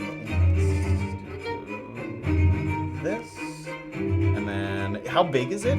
So I can Size make large. it To a large. up to, is that right? Up to a large? There we go. A large or smaller. So I'd like to make it a pretty ample rock. Okay. There you go. Boulder it. Yeah. So those doors, door's at a least pull. we won't have to. If that's God. They might be. Maybe they can't maybe the climb. hands are idiots. Maybe It they're- is providing some blockage of the door. Is it too late to change my object? What were you thinking? Pull. Is there, man, can I animate a chain that could go through the door handles? Just anything. Yes. I don't. Read the description of that So for let's me. see, as an action you can channel the magic to create one non-magical item. It must appear on a surface or in a liquid that can support it. Door handles could support a chain. Or like a rod that goes through those Through two the- anything that can go loops through there the on the door. handles. Yeah, I can If see that. that's Is that all the description on it? that's all it says. I think is so. just- Yeah. and So it has to be if supported. so, you sort of let the rain stick rattle, and as it does, as the rain stick sort of trickling down, one end of the bar appears, and it comes across the other. So it's through those two loops that are on Very the door. generous. Thank you. I would have been really Magical object, disappointed. and it's supported by the handles, so that's fine. Perfect. All All right, right, that can use just exist. an action and 25. Oh, the movement. door. That's an action. Yeah, that's my movement. And then bonus action, let's inspire. Is it Triton? Me? Are you? Oh, Is that your name? it is. Yes. Bardic inspiration. Yes. Everyone's gonna get inspired. So Triton gets inspired. All right. Triton has a D8. You had, Or I think, D10. 5 feet of movement left. Did you want to head back Really? toward the door? Yeah, as far away from that guy as possible. Okay, just a little extra movement. Okay, that's gonna take us to Spruce. All right. To retrieve my things, would that be an action or bonus action to like grab my axes? Bonus action to rifle through Bonus and action grab to everything. rifle Yeah. All right. So I'm gonna just run to the coat check, slip by him. Okay. He is gonna take an attack. Well, so what I'm gonna say is I can save my action to disengage. Sure. Yes, you can. Yep. Yeah, I'm gonna save action for disengage. Great. Run in. He sort of swipes at you on the way by. I'm just like full handspringing the entire way through. Right. You and you push two coats apart, and you see your two axes kind of ting ting ting, ting hanging there. Grab both of those. You have them back in your possession. Perfect. Does the coat check? Does this actually? Do these walls go all the way up, or No, do they they stop don't. there? Yep. Oh, how much movement do I got left? That was 25 feet of movement. I'm gonna vault over. I'm not gonna pass by him again. I'm gonna vault over the. Great. Give me an acrobatics check. I guess I can run up solid surfaces. Oh yeah, that's a new thing, right? Yeah, Or that's a level? that's my improved movement. Yeah, sure. You run up the wall over the other side. Yeah, you can run the what level is that? 10 or 9? 9. You can run up vertical surfaces. Yeah, so and you land on the other side, both axes in hand. All right, everybody got their shit. All right, No, right? you hope this door opens. I was supposed to get your shit! You can keep my shawl. It's lovely. I think it would look great on you. Okay. Can I just throw like a little bag of coins over the top or whatever? Just like, here's a tip. Thank you. And he's gonna No way. Oh my god. No way. and he's Just gonna had start to to tip walk back toward the Kojak. Okay. Okay. Thank you. That takes us to the ushers. Okay, so they're gonna bang against the door here. You have to keep an eye on it. This one's got enough movement. So this is 20 feet, and it's gonna dash through there. What was that? So, yeah, 40 feet. Okay, so that one's come through the other door. These two are gonna kind of bang against this door here. They're gonna attack it, which they'll be able to do. They'll do some damage to it. Right, so you guys can hear the like flat hands, like they're not even making fists. They're just like. So the door each time it kind of buckles a little bit. So they're just trying to break the door down. They can't do so in one turn. And there's one more here. Yes. No. Aw. All right, that's them. Which takes the musician. So this musician can come in here, and I need. Oh no. So are you within? No, is that Oona? You are within 60. Give me a saving throw. This is a spell, so you can make with advantage.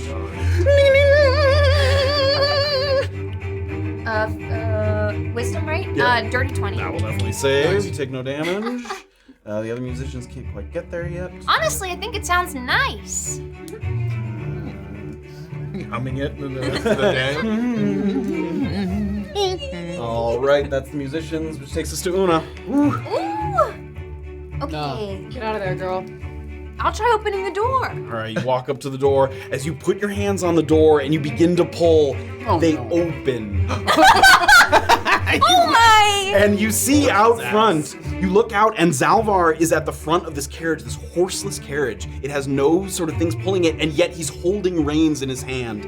And where you used to see the city streets of Neonachan, there's just empty void in the distance in all directions. And Zalvar sees you as you open the door. Is everyone secured? Yeah, we're on our way. Bring everyone on! He sort of motions to the carriage. There was a coat check. It was wild. You should have seen it. I don't care, get on the carriage!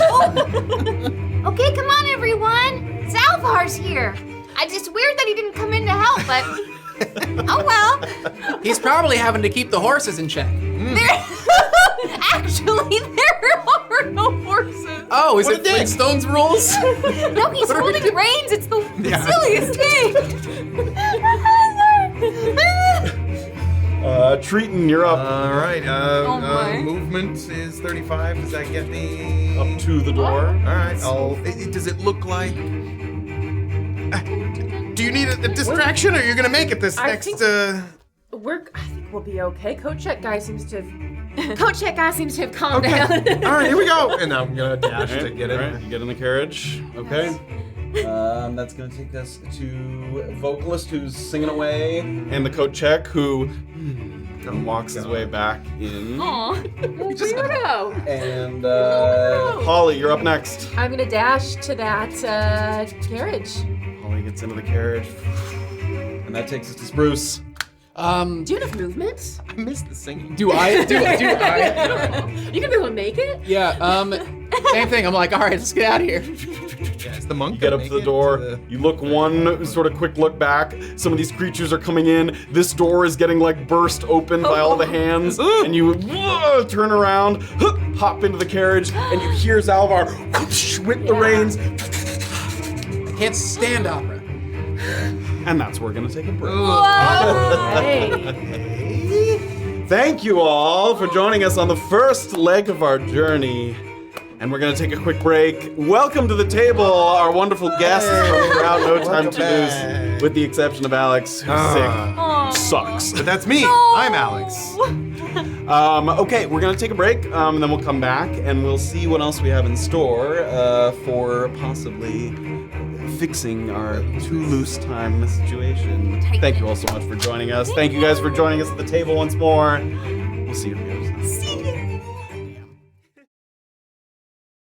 Long ago, the gods, with great foresight, sought to eliminate practiced magic. And so they did. People that make their way to Brunkhollow here are either running away from something or running towards something. No gods at all in Brunkhollow. A divine blind spot. What the fuck are we doing here, Doc? What are we fucking doing? This is merely the delusion of the invertebrate. Do you know where you are right now? Yes, in Brunkhollow. Make no mistake, the gods are waiting. A town full of scoundrels and reprobates. What caste of miserable miscreants could you conceive to follow into such a place?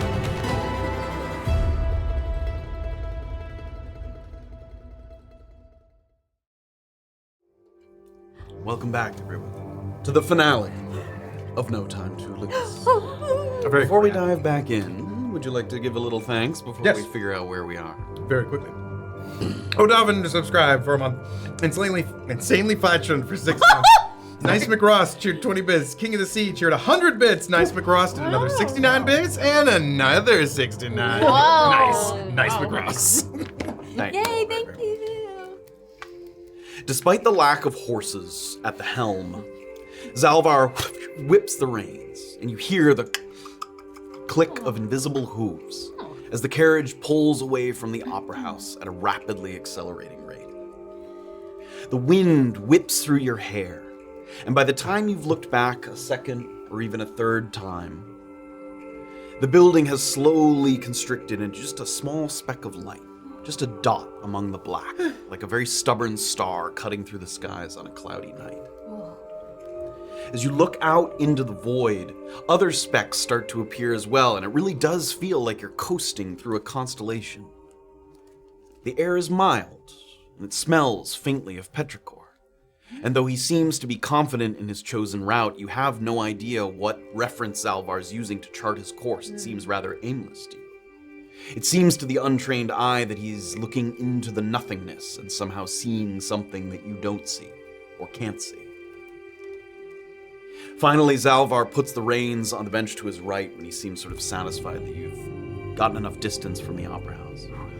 And he turns around so that he can kind of lean and face you through the little window that looks into the carriage where you guys are sitting. There's a look of genuine kind of remorse on his face, like he's pained to have to tear you once again away from your normal journey through life. The one exception is Oona, who, for just the briefest of moments, you detect a flash of something in his eyes that resembles resentment. And then it's gone. He sort of just lets it go. And he sits up tall to address you. I would like you to give me an insight check, though. Okay. Oh boy. Okay. Insight. 10. 10. You don't pick up anything from Zalvar beyond what you sort of saw there. I shall begin by offering you an apology.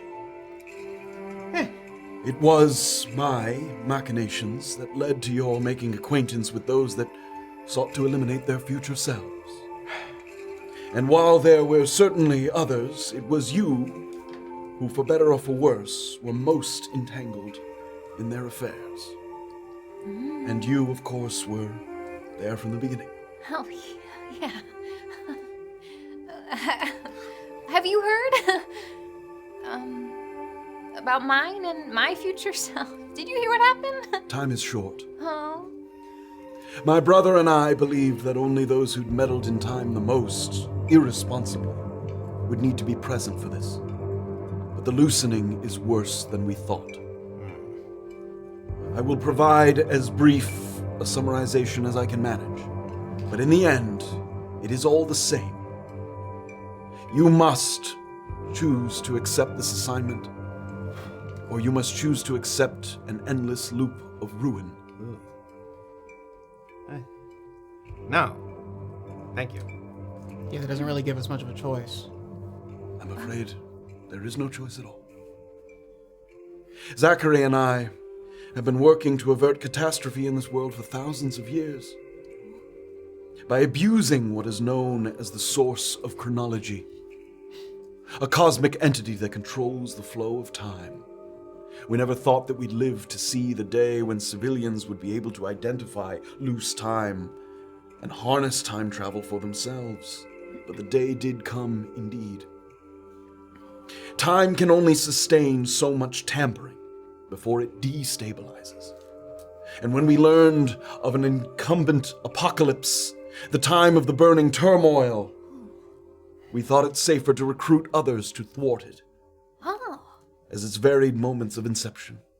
Enter Oona, Crocpot, Himothy, Howl, and Noki Nublar. By mostly bringing down their elder counterparts, we may have prevented the burning turmoil indeed. Oh, great. But a greater issue arises. Oh, no.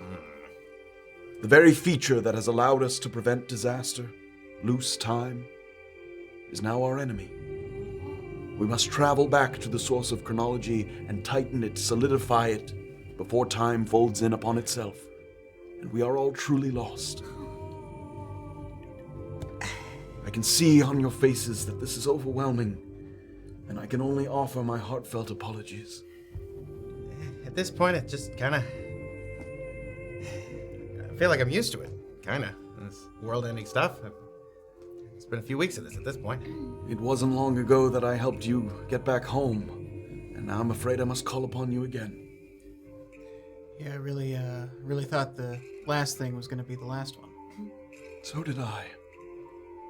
I mentioned back at the theater that we, all of us, are afflicted with something called time dilation.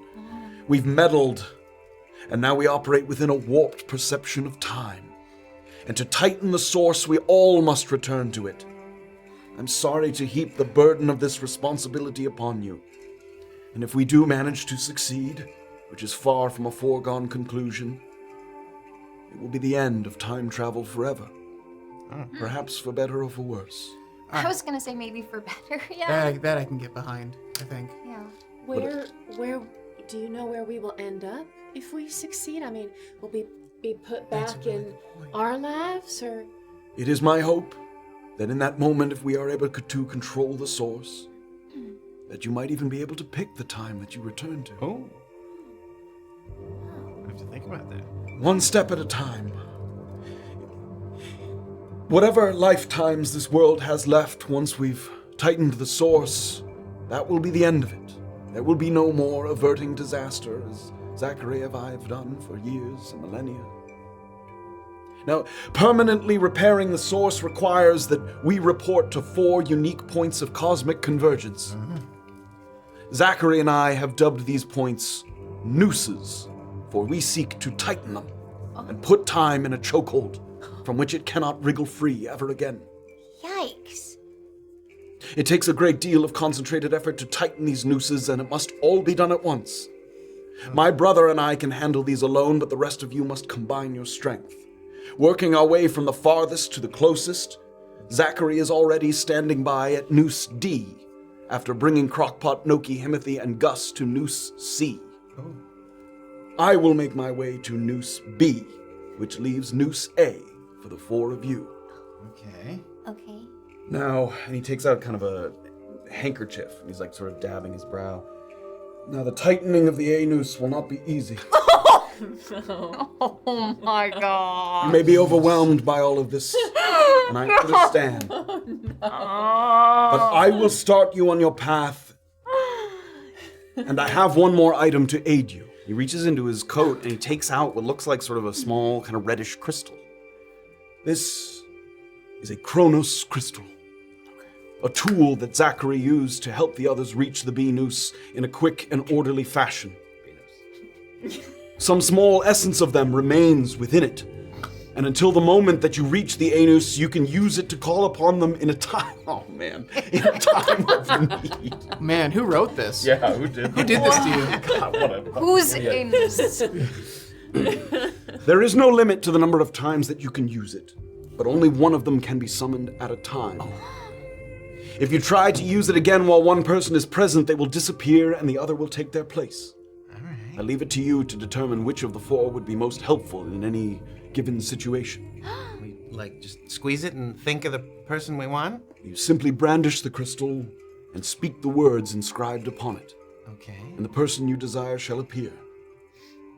And you can also do this. He takes the crystal and breaks it into a couple pieces, sort of rather kind of brittle. Breaks it into 4 pieces. Oh, goodness. You can divide it among you, and he hands each of you a okay, piece. that's great. Not to worry, it will fit back together when needed.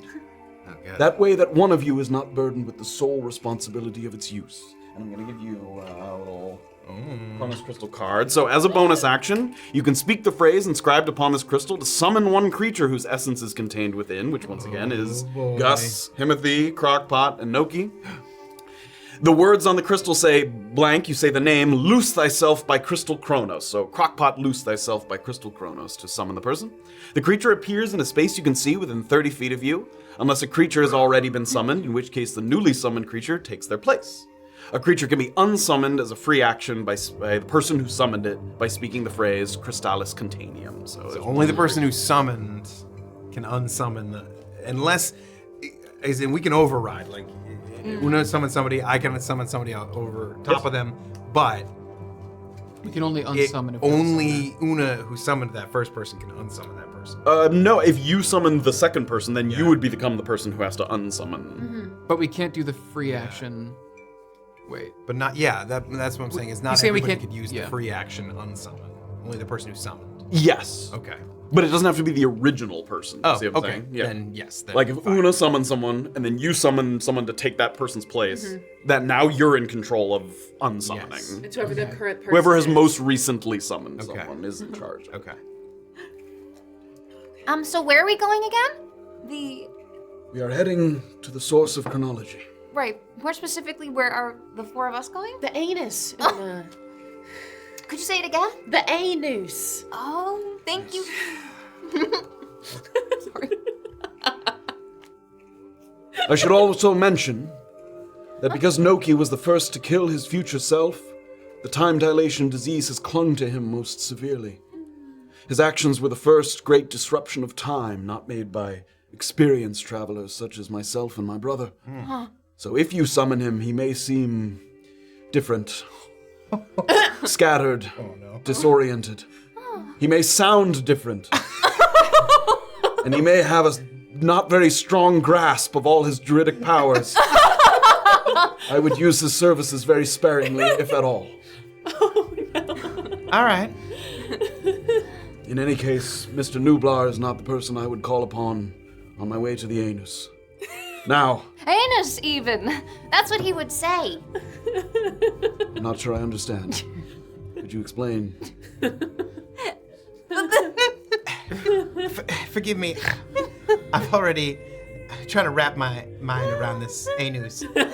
Are we trying to tighten it or spread it? No, tighten. Okay. Time is too loose. Too loose. Anus is too Tighten loose. the anus. Okay. Tighten it. All right. Now, we are fast approaching the start of your journey to the anus. Are there any questions? Oh, I actually, can yes. quickly try to answer. It's nothing about the name, I swear. Now before you wanted us to kill people, I know I didn't exactly do that correctly on my mission. No, you didn't. Will this tightening require killing? I don't know what it will require. I imagine that on your journey you may see visions unique to you. Visions of your past, visions of your future. Oh, boy. Only you will know in the moment what to do. If you come across a creature of some kind, it is entirely possible that it is a fabrication, an illusion.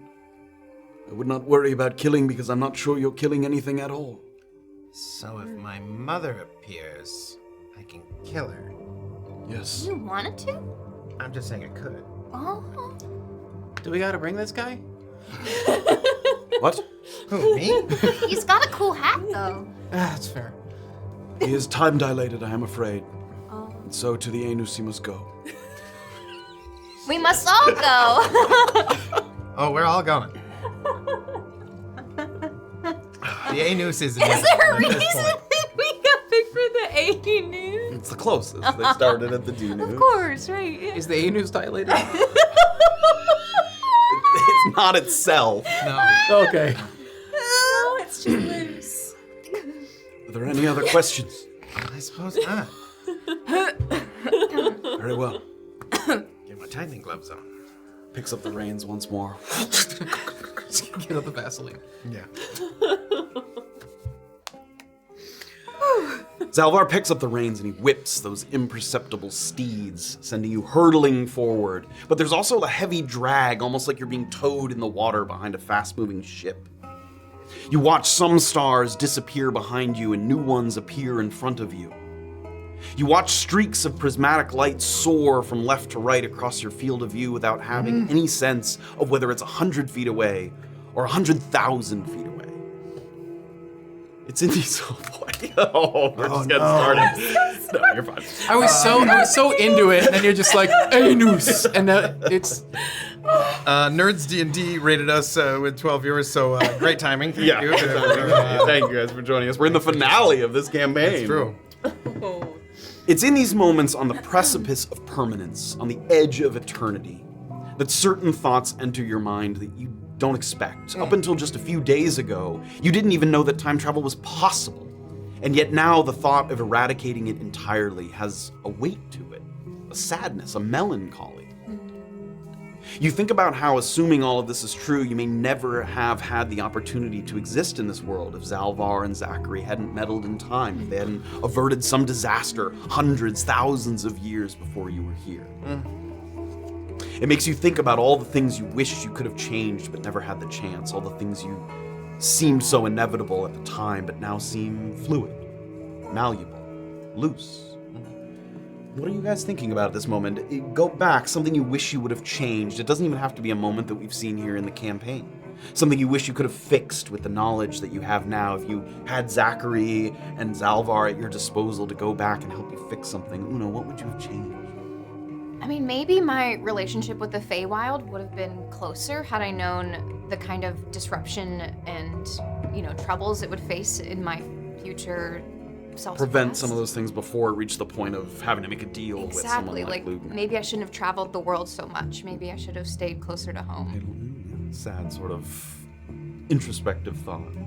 Yeah, maybe I could have rallied the gnomes a little better to keep Noki from splitting up the nutrition bar and he's heading down that path.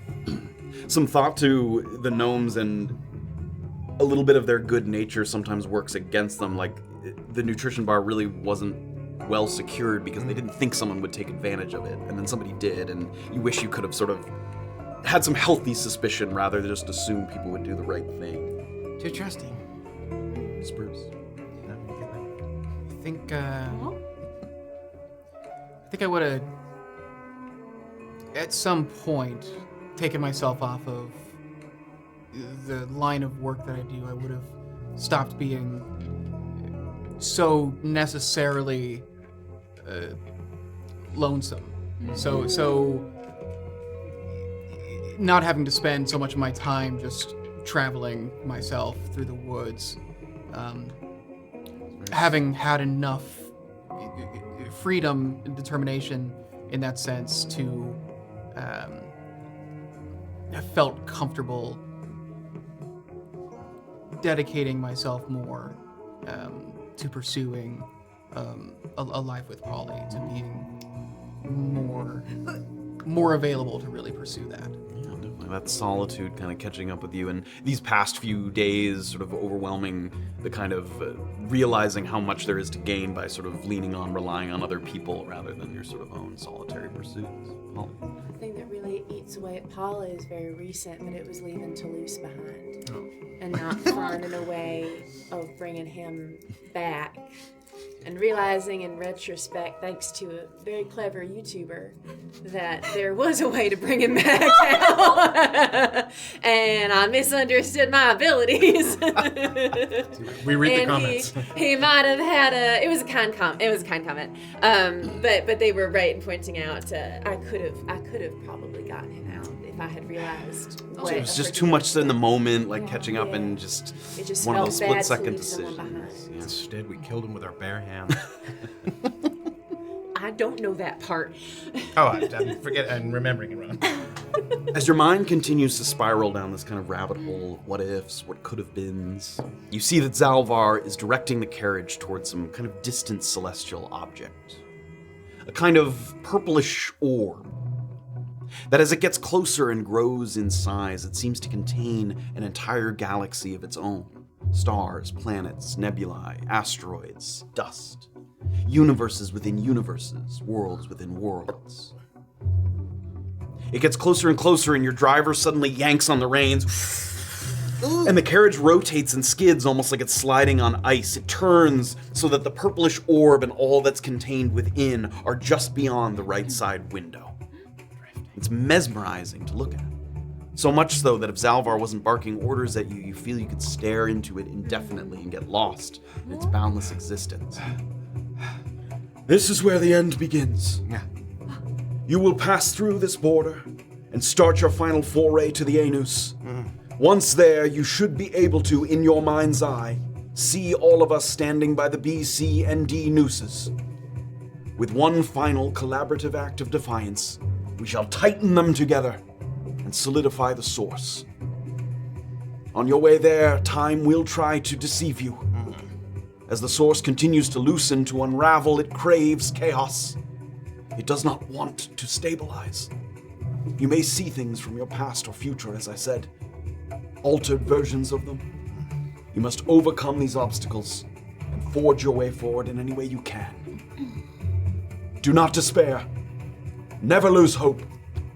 And may the greater fates of the cosmos guide you. I feel good about this plan. He sort of reaches back, and the door clicks open, and that purple orb is just sort of floating there in the air in front of you out of the right side. Is that the... The anus is through there. That is the beginning of your path. The end of which culminates in the anus. Okay. So what do we just? Head first, everyone. We just walk in. Okay. Let's do it. Let's do it. I will see you. Good luck. Travel safe. Bye. You pass through the border of this galaxy orb, and it's almost like an act of osmosis. It seems to resist your efforts, but it doesn't disallow them entirely. One moment you're on one side, and the next moment you're shunted to the other. Like you've moved kind of inside a bubble without breaking the delicate exterior. The first thing you see before even determining where you've landed is like a flash, a vision of a loosely dangling rope. A physical manifestation of a conceptual element. Because this place is drawing from your minds, your memories, it's taken what was described to you by Zalvar and physically manifested it. And without conferring, you know that your companions have had this same vision. You've seen it. You know it's here somewhere. Now all you need to do is reach it. The mental picture of this rope fades, and you find yourself on a rocky stone surface, perhaps some kind of floating asteroid, suspended within the void. Those stars, those planets and space debris now, some of them a mere stone's throw away. Some of them so bright and vivid that they're even hard to look at directly. A pair of marble archways point the way forward and give way to some scattered, precariously floating platforms. Small and smooth enough that your adventurer's instinct immediately looks for an alternate, less risky path. But to search in any other direction is to stare endlessly into the nothingness of space. I'm gonna show you guys what we're looking at here. If you'd like to throw your monitors on for me. Let's go. I'm scared. Me too. Oh my. Huh. Okay. Oh. All right. So you guys have passed through. Here's the little sphere, and you've come out the other side. You're on this little asteroid. What's that over there burning? Those are little celestial spheres, planets, stars, debris. Okay. There's a little pathway that then breaks up into sort of crumbling little things, and then there's a platform on the other side that it seems like you're trying to reach. So there's this little scattered abyss here as you guys look through these marble archways. Okay. All right. So we gotta. Who here is comfortable with making these jumps? Well, maybe they. I can fucking do it! I can fucking do it! I'm coming for you, Mom! I'm gonna do it! I'm gonna touch myself and do Long Strider. Okay. Let's go! Oh, wait. Stumble. Oh, okay. That thing you did when you zapped one other person a long way away. You could do that again? Well, I with like could. one other person? I could, yeah. I could. The other person, if you can only do it with one, I could touch you and make you run real fast, and we could fucking run across real fast. Wow.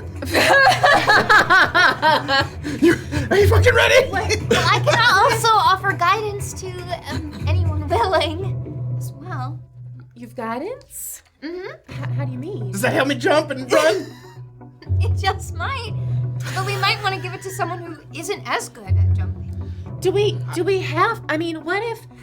I'm gonna go all the way to the kind of edge Sure, there. like right up to the edge, you may. Yep. Triton's legs are like jittering. And I'm gonna think real hard that I have already crossed. What? And I'm already on the other side. Whoa. Give me an intelligence check. Just straight up. Give me a d20 plus your intelligence modifier.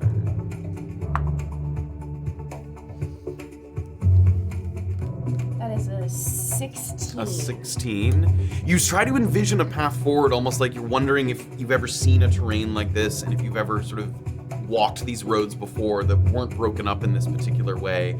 And you do that kind of thing, people use it as like a memory exercise, like a mind palace kind of, where you like picture an area and you walk through that area and you watch as Polly, with her eyes closed, steps forward onto the first platform and then still with her eyes closed sort of jumps from one platform to the next, and in your head, you're just sort of stepping across stones in a like gently babbling brook and kind of one at a time. Everybody, just let her. Hold on, she's got her eyes closed. Just let her do it.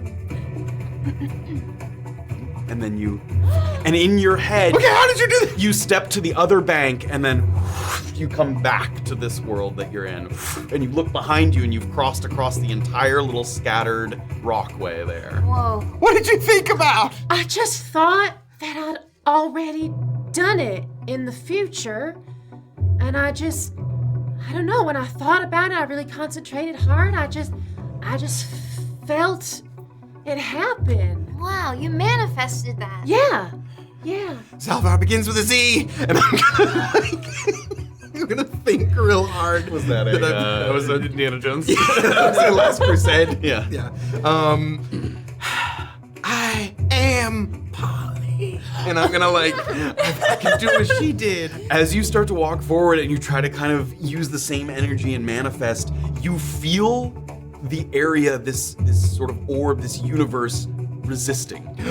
Because it's sort of, as you manipulated it, it now is almost shielding itself against that same manipulation. Oh. It's seen that manipulation and is now guarding itself against that. You can try, it's gonna be a much harder attempt. And you can feel that. You can feel the world resisting it if you don't want to. Do you still have bardic inspiration?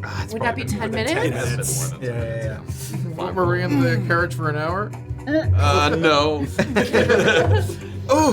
Oh, there was some tightening there. I don't think it's gonna work the exact same way. You get kind of all up to the edge, and you can feel the whole place kind of vibrating, fighting against you. Well, maybe you've got to imagine something else. I don't know. Maybe don't do it my way, but I don't know. Is there another way of crossing that you can imagine? Oh, maybe. What if I know what to do? Wait, can I go to the edge? And can I just like reach my hand in the open space between the edge and the next rock? You can. It's space. It it's is. not solid. It Yep. okay, it doesn't go. An illusion. Another Last Crusade. The invisible bridge, yeah. It is indeed space, yeah. Okay, it is space. Oh, you know what? Can I just like reach into my just like pull a bauble off my outfit and drop it and see what happens? Sure. It's just like off into the abyss. Into the abyss, yeah. You sort of take like a little, almost like a little pin or a brooch or something, and you let it kind of get smaller and smaller and disappear. Does it like come back from up above? It doesn't. Okay. It just All right. vanishes.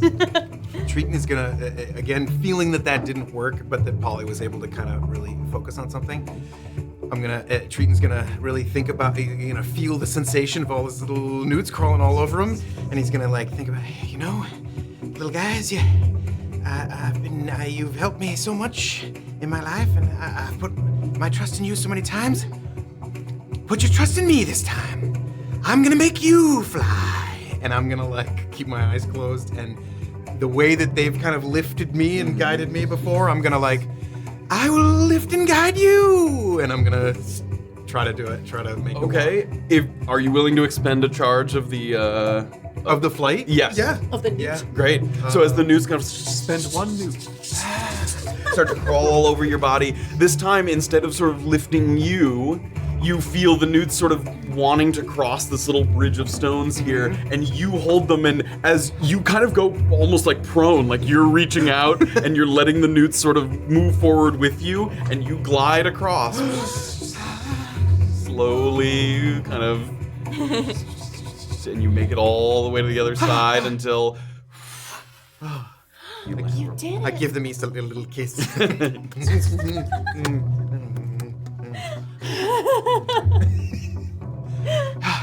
All right. Use what's deep inside of you. Reach deep inside. Oona, you don't. I'm good at leaping. You don't seem like you're good at leaping? Yeah. Okay, because I feel pretty comfortable just jumping across this. Yeah, I think. Well. How are you? Do you? I'm gonna offer up an idea. Looks like they're gonna kiss. Gonna offer up an idea if this is one that maybe you want to take, because I think I can probably handle it. Like a piggyback riding in or no? Well, I think that might make me incapable of jumping across. You thought you were on the same level. I'm so sorry to cut you off. Go. All right, so what if you just picture like over there, just kind of coming over here, and then you can just kind of step onto the other end. You know, if we're getting all woo woo about it, what if we just like in your mind's eye? Sounds judgmental over there. Look.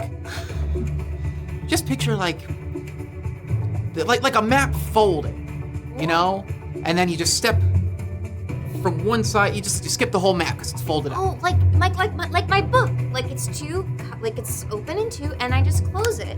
Yes. And we're on this side of the book, and they're on that side, and we just close it. Something like that. Yeah. Oona, as you move your hands together, sort of describing the closing of the book. A boulder falls on you. I was gonna say, And I die. the rock that we're on comes out from under our feet and we fall. Oh my god! What? Oh my god, this is wild. No fair. Amazing. Yeah, if you're into that kind of thing. Yeah. Oh. Get them. Swoop. Back on you. And you close the gap here just to one little. How do you feel about that? I think I can make that. Okay, Absolutely. perfect. Do you think it's maybe safe for us to both jump and just take advantage of this, or do you think something's gonna happen if we both try to do it? Maybe we can do it at the same time. Okay, yeah, let's try that. Okay, I'm gonna touch myself and give myself guidance just You may. for the jump. Give me athletics check. Do you want me to conjure one of those other people and use them and walk across them like a bridge or something? I think I'm gonna It be. does sound risky to have two how much- people jump on it at the same time. There are two. There are two, well, yeah, I guess you're both kind of going to this one, but yeah, that's up to you. I'm fine with either. Like I Human bridge? These No. jumps seem super doable for me. They do, yes. Yeah. For Yeah. like a 15-foot jump. That's I feel. And I have my. You have your bonus one. Yep. So with the two of you, sort of with a little enhanced jump, both with the monk and the fawn I ability. feel like I remember one of them could fly. Maybe we could bring a flyer here to fly people across in case they fall. Oh, yes. Well, I know. I think couldn't Noki turn into animals, but he's a little bit messed up. They said. God, he's not my favorite. That's the one that I remember. I didn't like him normally. It's the fact that he might be screwed up. That's. The scent was already off-putting. And also, Himothy has written books before, so he could do more book closing. I don't think Gus could fly. Couldn't Gus fly? I think the flyer would be best. I think they pretty much all could. I'm pretty sure Crocpot. I can't remember Crocpot, but Gus definitely could, right? Yeah, Let's try. Gus was able to fly. Yeah. Gus, Yes. loose thyself by Crystal Chronos.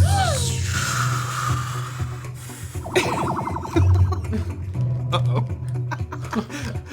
Wait. Do you hear I have to us? really picture Maybe them. you have to say Please the full hold name. within 30 feet of you. So where would you like to go? Yeah, like if that's within 30 feet. Sure. There's no cameras over there. And you watch as Gus manifests. Won't you light my torch? I don't have dark vision. How's the Whoa! how's the Dinus? Oh, we're on the Stinus, aren't we? Yeah, right they're at now. C. Well, we're at A. Oh, they're you're- at C. We're heading- Zelcor is at B, and We're- Zach is We're at heading B. straight for the anus. We're in. Oh, very cool. We're in the Soundscape Library trying to finish Sublet the Musical. That's the challenge. That's how we tighten time. A musical? Wow. Absolutely. Sublet the musical.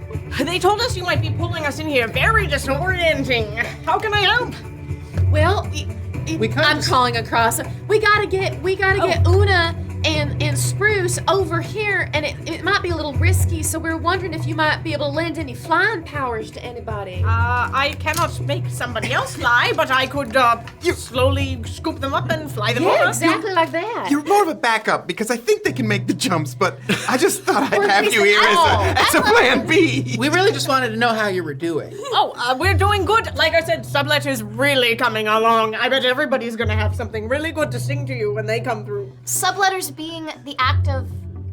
when you're renting an apartment or a tenement or something, and then you need to leave town for a little bit, but you need to get your housing covered. So you would let the room. Who needs to get flown across? Kristella's containing. Too much talking. Gus, I would be honored for a lift. Absolutely. As long as you sing while you do it. Sure, you know? well, I'd love to hear one of your workshopped numbers. Okay, for sure. So I'll she's the same size as me, right? Yeah, All right, cool. medium. So I'll sort of scoop her up, cast Steps of Night, and because it's dim light in here, It is, right? it's- Okay, yeah, great. very dim. Then I can scoop you up and say, so it goes, won't you light my torch? I don't have dark vision. I like to snort heroin. It's grungy. It's about a bunch of Subletters. Well, yes, but also they're Subletters do drugs. Spruce, you need to be flown over as well. I was pretty confident about jumping.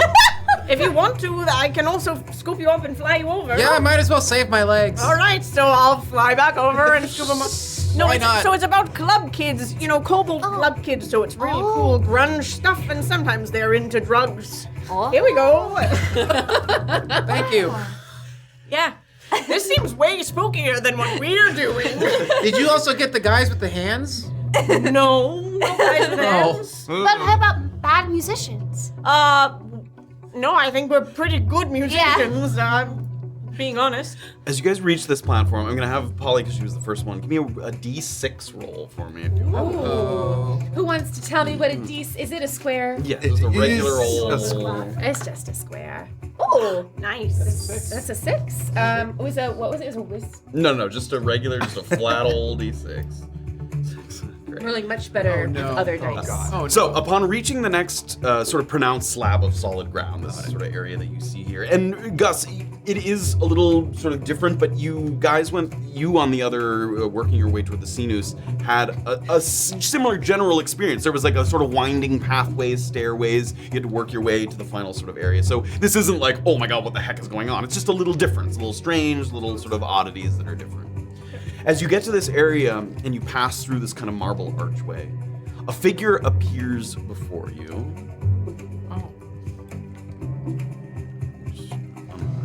It's your mother. Figure appears before you, and at first it's kind of in a sort of amorphous kind of spiritual shape, vaguely humanoid in shape. But there's something about it that Polly and Spruce kind of recognize, and yet at the same time kind of don't recognize. For some reason, as you study the figure and you try to place it, you try to figure out what about it looks familiar to you, something keeps popping into your head. The number 100.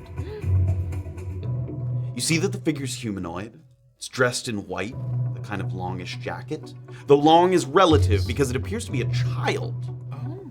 He's holding something in his right hand that looks at first like a lollipop, but it's actually a kind of half mask on a stick. Similar to like a masquerade ball, except instead of covering the eyes, it's covering the lower half, covering like from the sort of lip down there.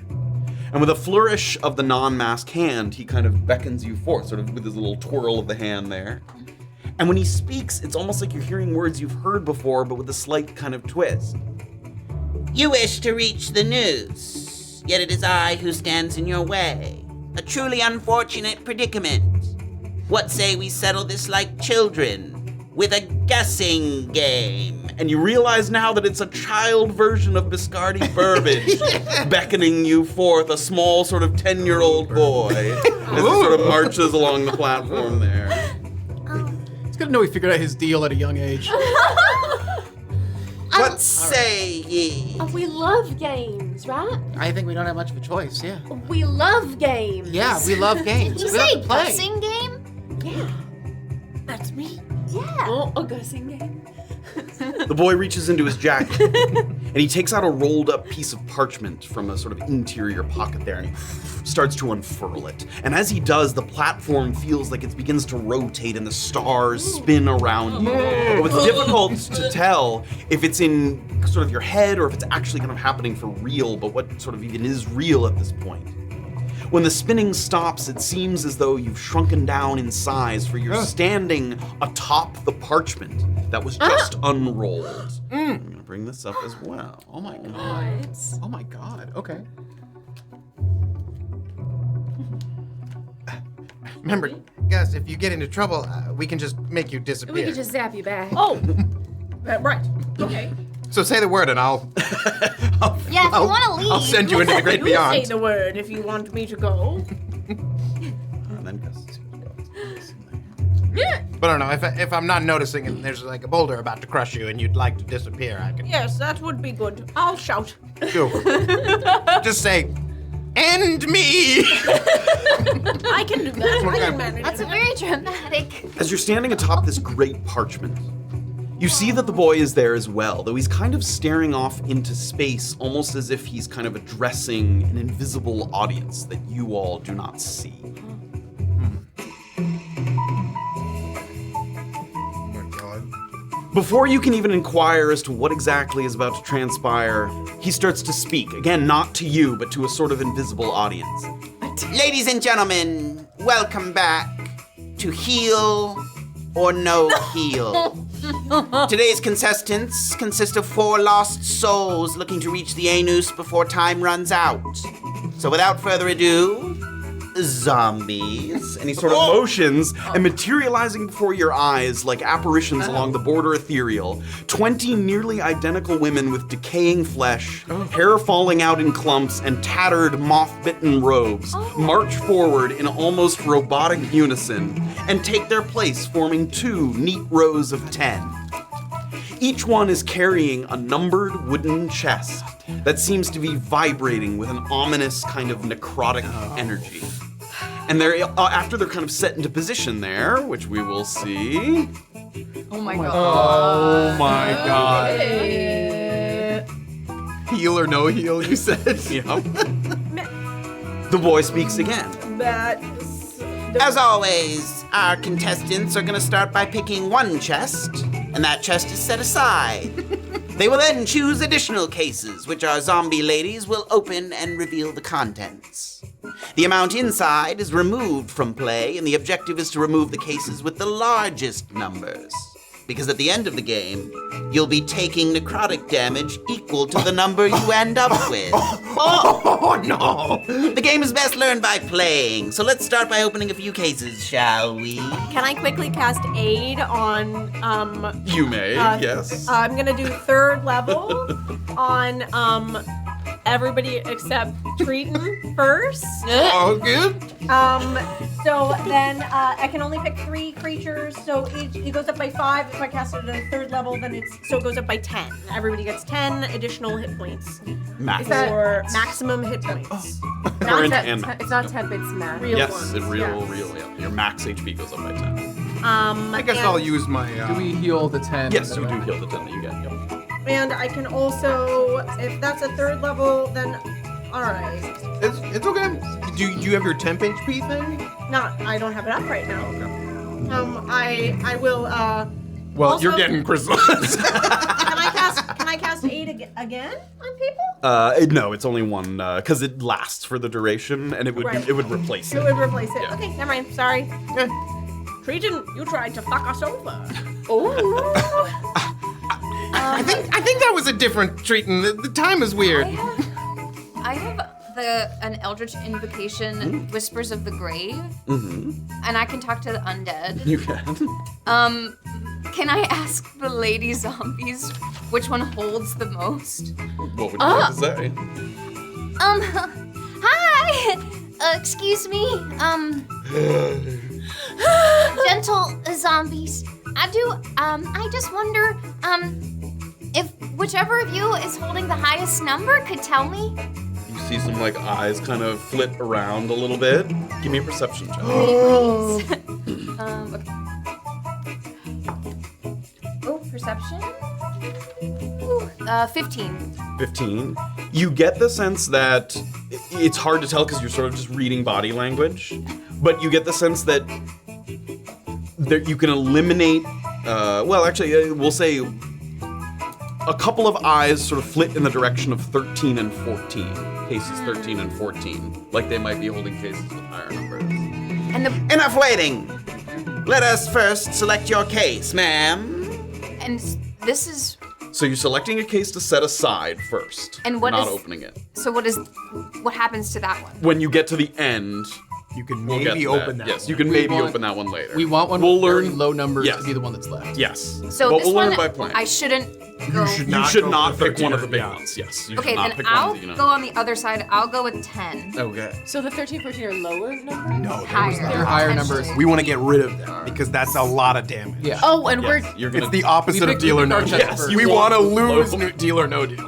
We want $1. so we want to take low ones. Yeah.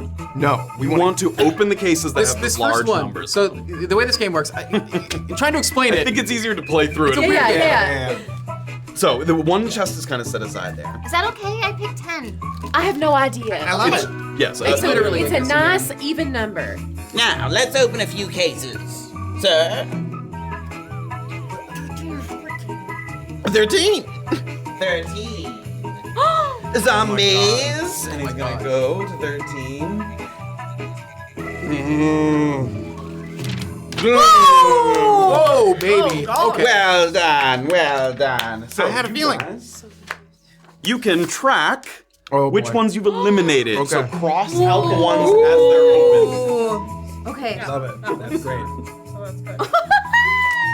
That's oh my god. Oh my god. So you eliminated 13. I like the one with anything on this side. Why not? I thought we wanted to take them because then they won't open.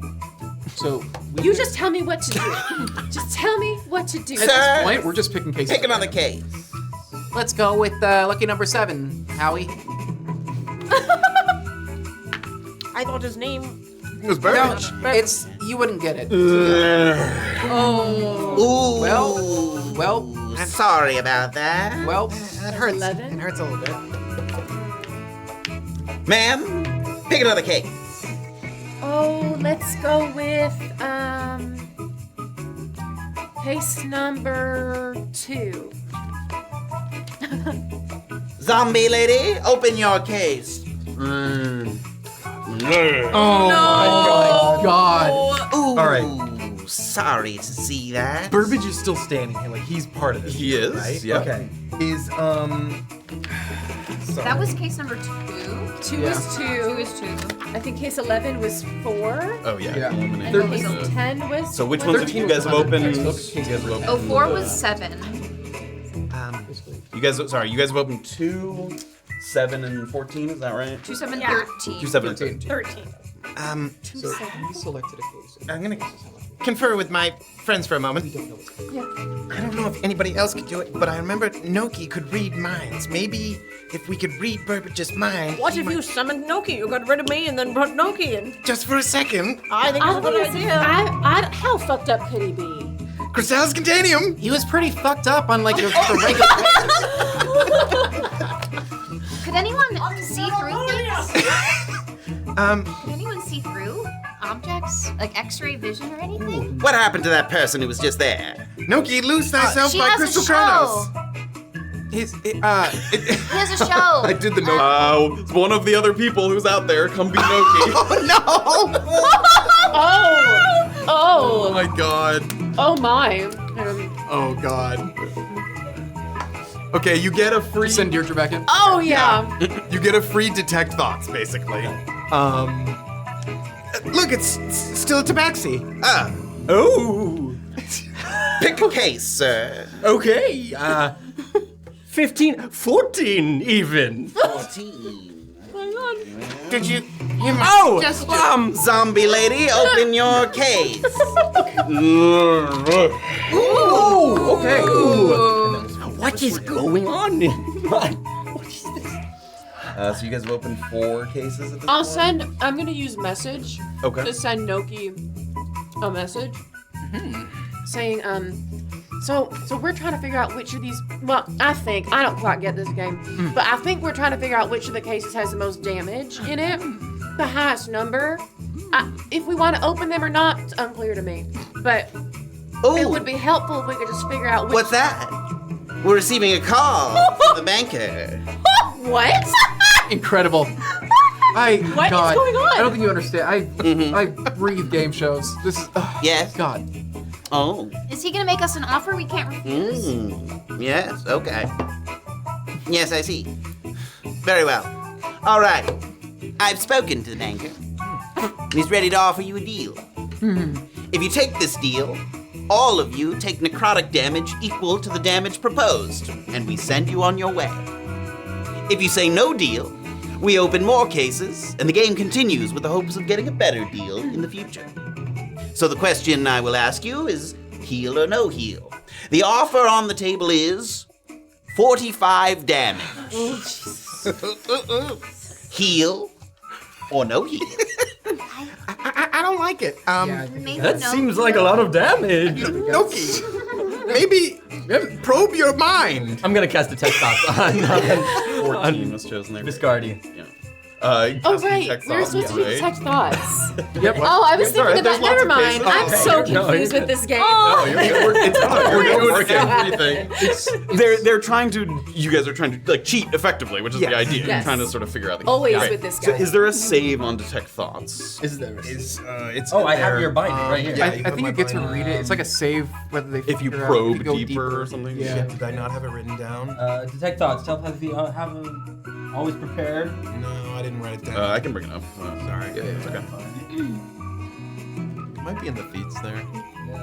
Oh, I thought that it's a roach of shielding. I thought that said broccoli of shielding. It's kind of Tasty. Yeah. For the duration, you can read the thoughts of certain creatures within 30 feet of you. Geez. That's fine. You can initially learn surface thoughts, which is what's in their mind in the moment. As an action, you can shift your attention to something else or probe deeper. If you probe deeper, they make a wisdom saving throw. So you can read some surface thoughts at first, and then with a wisdom saving throw, you can probe deeper. With Triton giving me the most nods or whatever, I'm gonna use telepathic to speak telepathically to any creature within 60 feet and be like, "Is this a good idea? Even? Should I probe deeper? Even?" So you're listening to some of the surface thoughts there, and as he's kind of looking around, you can see his mouth moving, but you're reading into his thoughts, so he's talking to the rest of the group. And you can see him say, or sort of thinking to the effect of, Well, they already eliminated the 100. I sure hope they don't go for 18. All right, let's start the next round. Who'd like to begin? Oh, I think I might. Please do. I'll always like even numbers, so I'll go with an 18. and you're still hearing the thought, Son of a... 18. Zombie.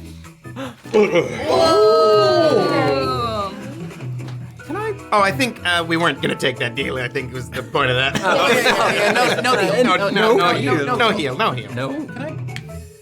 Can I try something? You may. What would you like to try? Can I, the way that we were kind of messing with reality before, can I just think about it and just like, wouldn't it be nice if all these chests were made of glass or something we could see through? Sure. Give me a intelligence check. Straight intelligence check. That's a 6. 6. They turn glass for like a fraction of a second. Everybody give me perception checks. Oh my god. Oh, I have guidance on. Sure. Okay. Oh, damn it, dude. What is wrong with me? 8. 14. Wait, sorry, perception? Yep. Okay, I rolled a 14 plus 1, 15 plus a d4. One more. 16. 16. 16. I'm also a 14. 14. Nobody rolled a natural 20 on there. It was so brief that it required it, like to get a quick peek at what was on there. Let's pick another one. Me again? I don't think she understands the game. Are they moving different? I would like to try something too. Some sort of creative It's possible. What are you talking about? We're just picking cases. I mean, I'm not saying that out loud. I'm just. Okay. Yeah, I'm She just wasn't a saying southerner. That. Seem to be taking your time thinking over there. Why don't you give us a case? Crap, they're moving at different speeds. Do you remember what they were looking? I'm gonna need a case, please. 5. 5. Open the case, ma'am. Ooh, there we go. That's the money. Done. How many more until an offer gets changed? 2 more. Who'd like one of the yeses? Mister? Yeah, why don't I go ahead and do one? Yeah, let's go with let's go. Can I probe deeper at that moment? Okay, yes, Yeah. you may. Give me. He makes a wisdom saving throw. He's DC's in the bottom right. Here, there. we'll do this. Actually, it's higher. It's 16. Because the moon's He's got a saving throw. 1 second.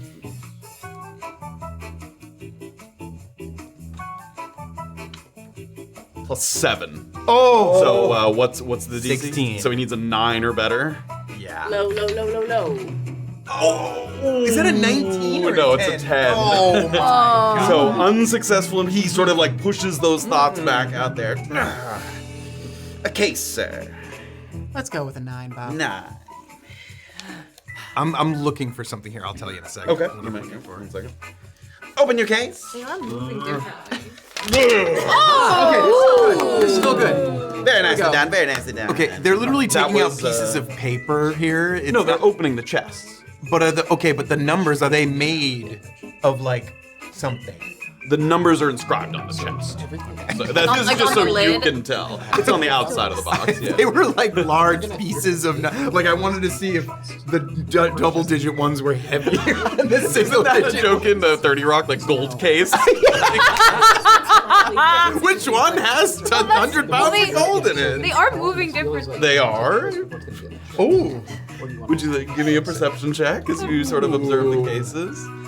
By the way, it's so good to see you all again. Not 20?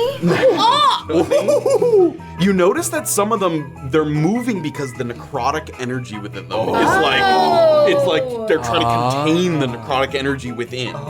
And I would say that you notice of the ones remaining that you notice that 12 has an awful lot of necrotic energy sort of trying to be maintained by the zombie that's holding it. One more before an offer. Sir, I would like to pick lucky number 12. Open the You case. see, that's the day my mother was born. The 12th of April, can you believe? Okay.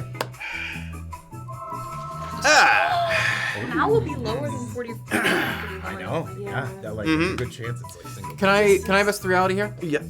Can I have the guy on the other end just be like, sorry, Viscardi, but our funding got cut. The show's canceled. Give me a deception check with disadvantage. Something more believable. Big swing.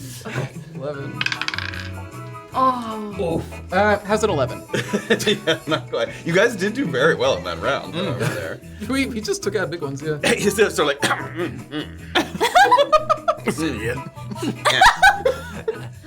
All right. I feel like that's fair. Okay. All right. Tell her I said hi. All right. Got a new offer for you. 22 damage. Heal or no heal. That seems above the average of what we have left, though. it actually is. It is, but barely. I have a little calculator. Oh, so it is just above the It's average. just above the average. Yep. Well, Go a little harder. it's up to you guys. Gus can heal me when I get back. The sea noose is very different than this. Can we also bring other people to heal us? Oh yeah. I mean, Yeah, we 22 could. is We could. not the end of the world. Well, I have a question. He's 10 years old? You said? Yeah, he's like a young boy. Yeah. Viscardi, I got a question for you. A bargain, if you will. I like bargains. If we were to give you perhaps a very valuable piece of information, would you consider perhaps cutting us a greater deal or perhaps letting us go, depending on how generous you feel?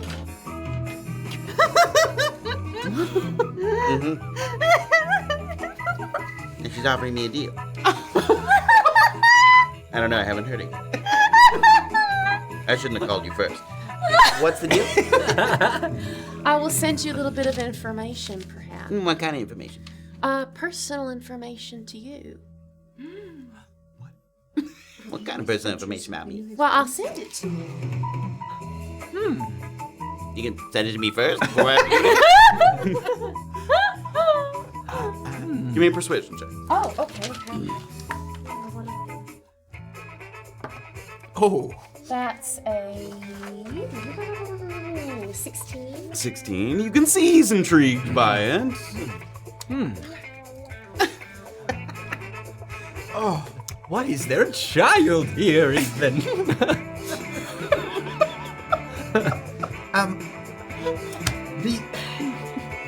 The niceties of the anus. Oona. Niceties of the Good anus. to see you. Good to see you. Very long Working on message. A lot of information. Yeah, it's a lot of information. You know it's gonna be good. Seems like she's about to get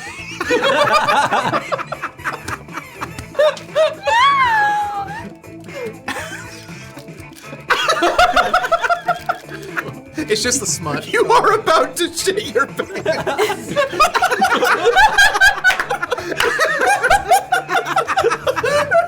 You will now shit. Take it from someone who hops around time discarded. How much do you think that's worth? I think we can cut them a deal. Oh. Roll me a d6. That's a square. Let's go. Big square. 6. 6. I'll subtract that from the previous offer, which I believe makes it 17. Or was it 16? Was it 22? Yeah. 16. Heal or no heal? I don't know how everybody else's pool is doing, but I feel like it could be worse. I could take 16 points of damage. And Gus just gave some of us 10 yeah, extra. I think we could go farther and fare worse. Well, you can get rid of me now. Yes, yes. Here's it right now, I like even. you. I like you having you here. I don't want to die. I feel like solidarity, right? We should get him out here before he takes damage. Right? No. Because what if he needs help for the sea news? I think you'll be okay. We are working on Sublet the Musical. I need to be strong of mind. Oh, well, Noki has no rhythm. Do it. It's safe that we... Oh my god! Heal! Everybody takes 17 necrotic damage. All right, Crystalis Continuum. Is this your current, or I don't know? We all fully heal. Yes. Oh, okay. So 16. Yeah. 16. 16. can I borrow your pencil? I'm just gonna write -12 on your thing here. 16. Oh, -16 on your. Yes. Don't try to get out of this. Oh, never mind. That was so fun. I just disappeared you two after it happened. Okay. Get out of town. Oh! Poor Noki. Fun to see you. Bye, Noki. Builds character. The spinning of the stars starts up again, but just as before, they settle in mere seconds. You're back on the platform with no sign of the young boy, just a little bit of vitality siphoned off from you. Something else has changed, however, as a narrow and notably railingless walkway has appeared on the far side, allowing for further progression. It's not quite as perilous as the hovering space stepping stones from before, but a slip at the wrong time could spell trouble. So you carefully kind of work your way forward along this little platform. Would you say that it's been less than... sorry. Never mind. It was 1 minute. It was 1 minute. Never mind. Who's leading the way here? I mean, I feel comfortable taking the lead. Yeah. Roll me a d6. Fuck. All right. That wasn't sap. That wasn't max HP. 1. No, that was just damage. 1. 1. Lose one party member. But you get to pick. Yeah. Okay, the walkway rises, and you pass by another one of those kind of flaming celestial bodies off to your left. It gives off enough heat that sort of makes you break into a sudden sweat. When you reach the top of the stairs, you come face to face with another one of those sort of amorphous blue figures. And this time, it's Oona's turn to feel a pang of recognition.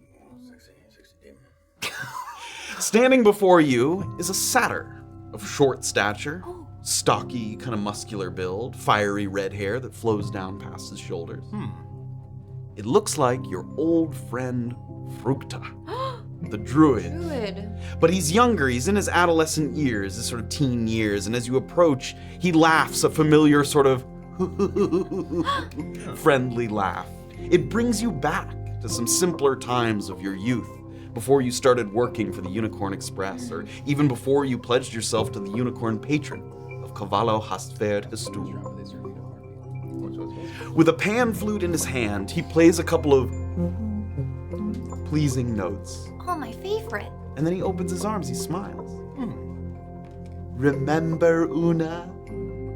Remember how we used to play? Of course. How could I forget?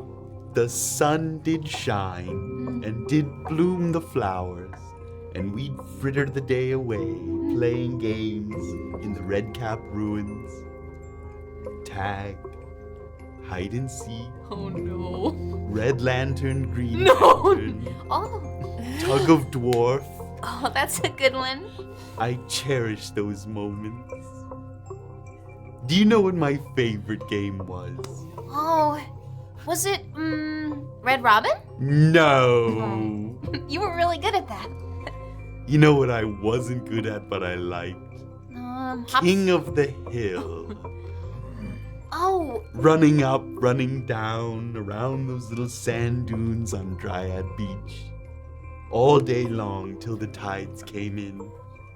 I remember how I never used to win. No. You were such a quick little fawn. Faster than me.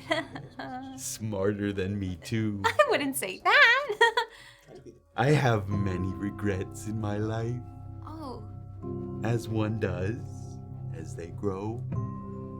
Yeah? You have time to reflect on what matters. And the thing I keep coming back to over and over again is the fact that I never won a single fucking game of King of the Hill. And he raises his arms once more, and the ground shakes beneath you, and rocky walls begin to spring up all around.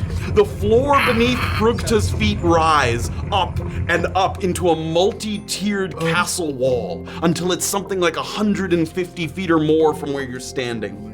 In no time at all, you've gone from feeling like your surroundings stretch out to infinity to being enclosed in this little mountainous arena. Up above, the satyr cups his hands and he shouts, and the voice echoes as it trickles down. See if you can dislodge me from my hill now, Oona! I am the king! And he's shouting from up above. Do you guys still have your monitors on we there? do. Great. Yes, We're gonna see what we're looking at here. Yeah, what is this little idiot's weakness? What does he hate? What scares him? Well, see, the thing is that it's not the real him. It's just the version of him that really cares. Real! I think we need some help. Crocpot, Loose Thyself by Crystal Chronos. Yeah, get that little screamer in here. So you guys standing here at the foot of this wall, you look up, you see the castle wall, another tier of wall, another tier of wall, another tier of wall, a gigantic castle wall, and Crocpot appears with you to join the fray. This doesn't look like any hill that we ever played on. 80085 spells boobs put shit on their belly. How is that one? You'll never get me, Oona! Yeah, I need initiative from everybody. Oh my god. Crocpot, welcome to the fold. Hi. Damn. The big map wall here. Someone is. You just have to roll as someone else. I know, right? That's the secret. You just have to pretend To not be you. Damn.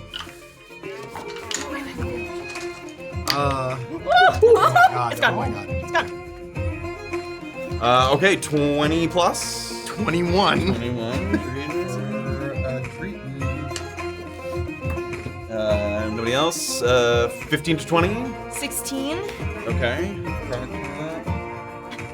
And 15 is Fructa.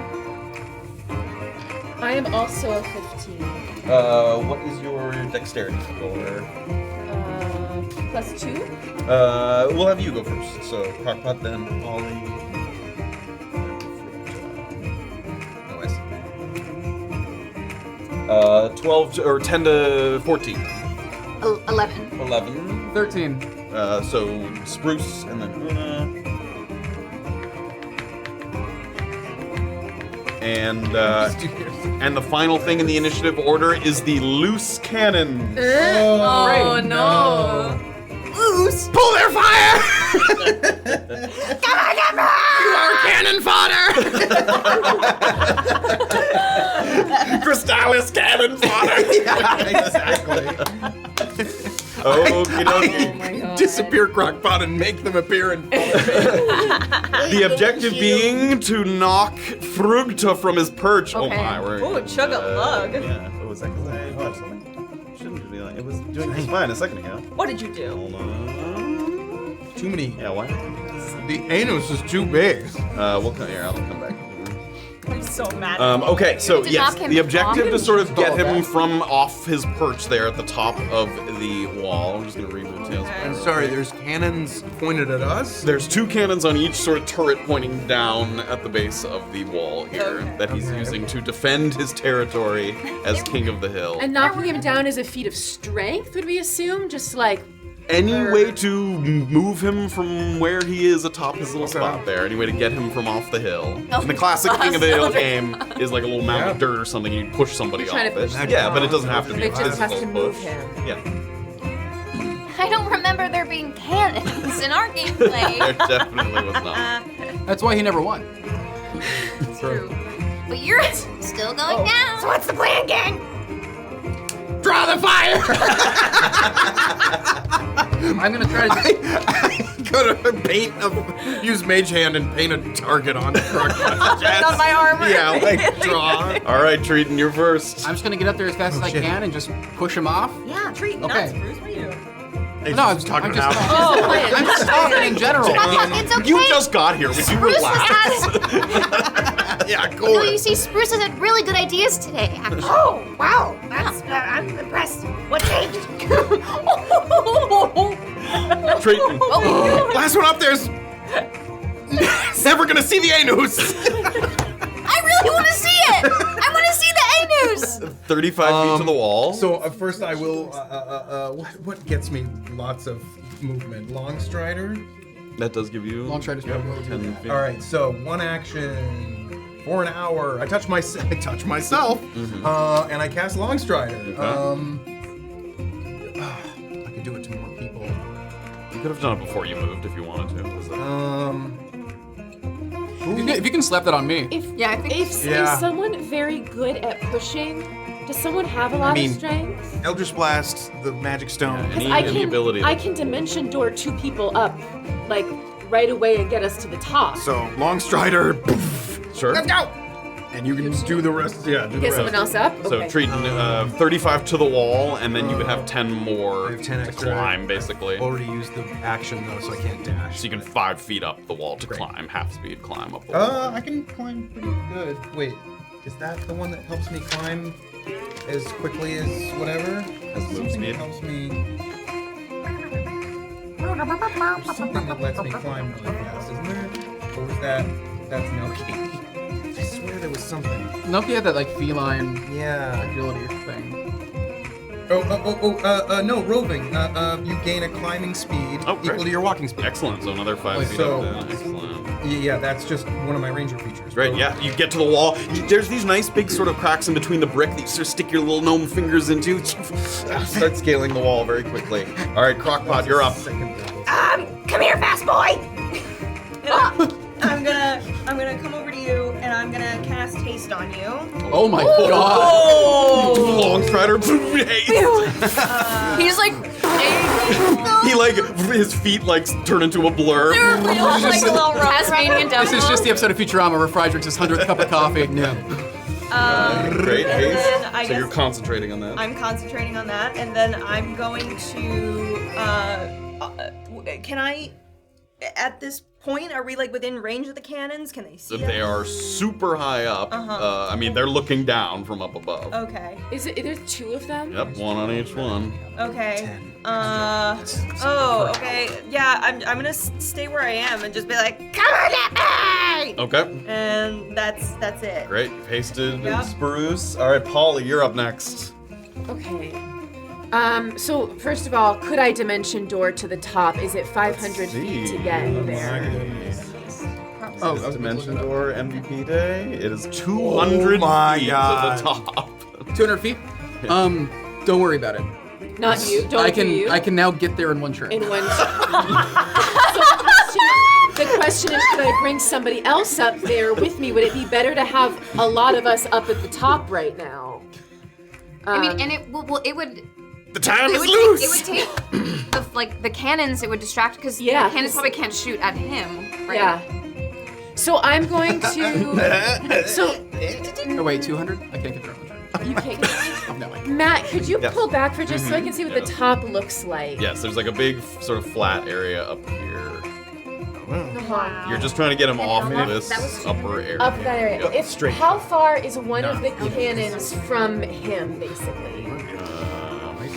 Like 110 feet-ish. Okay. Yeah, do they look aimable? Do they look what? Aimable? The cannons? They're kind of floating. They're loose. I was gonna ask.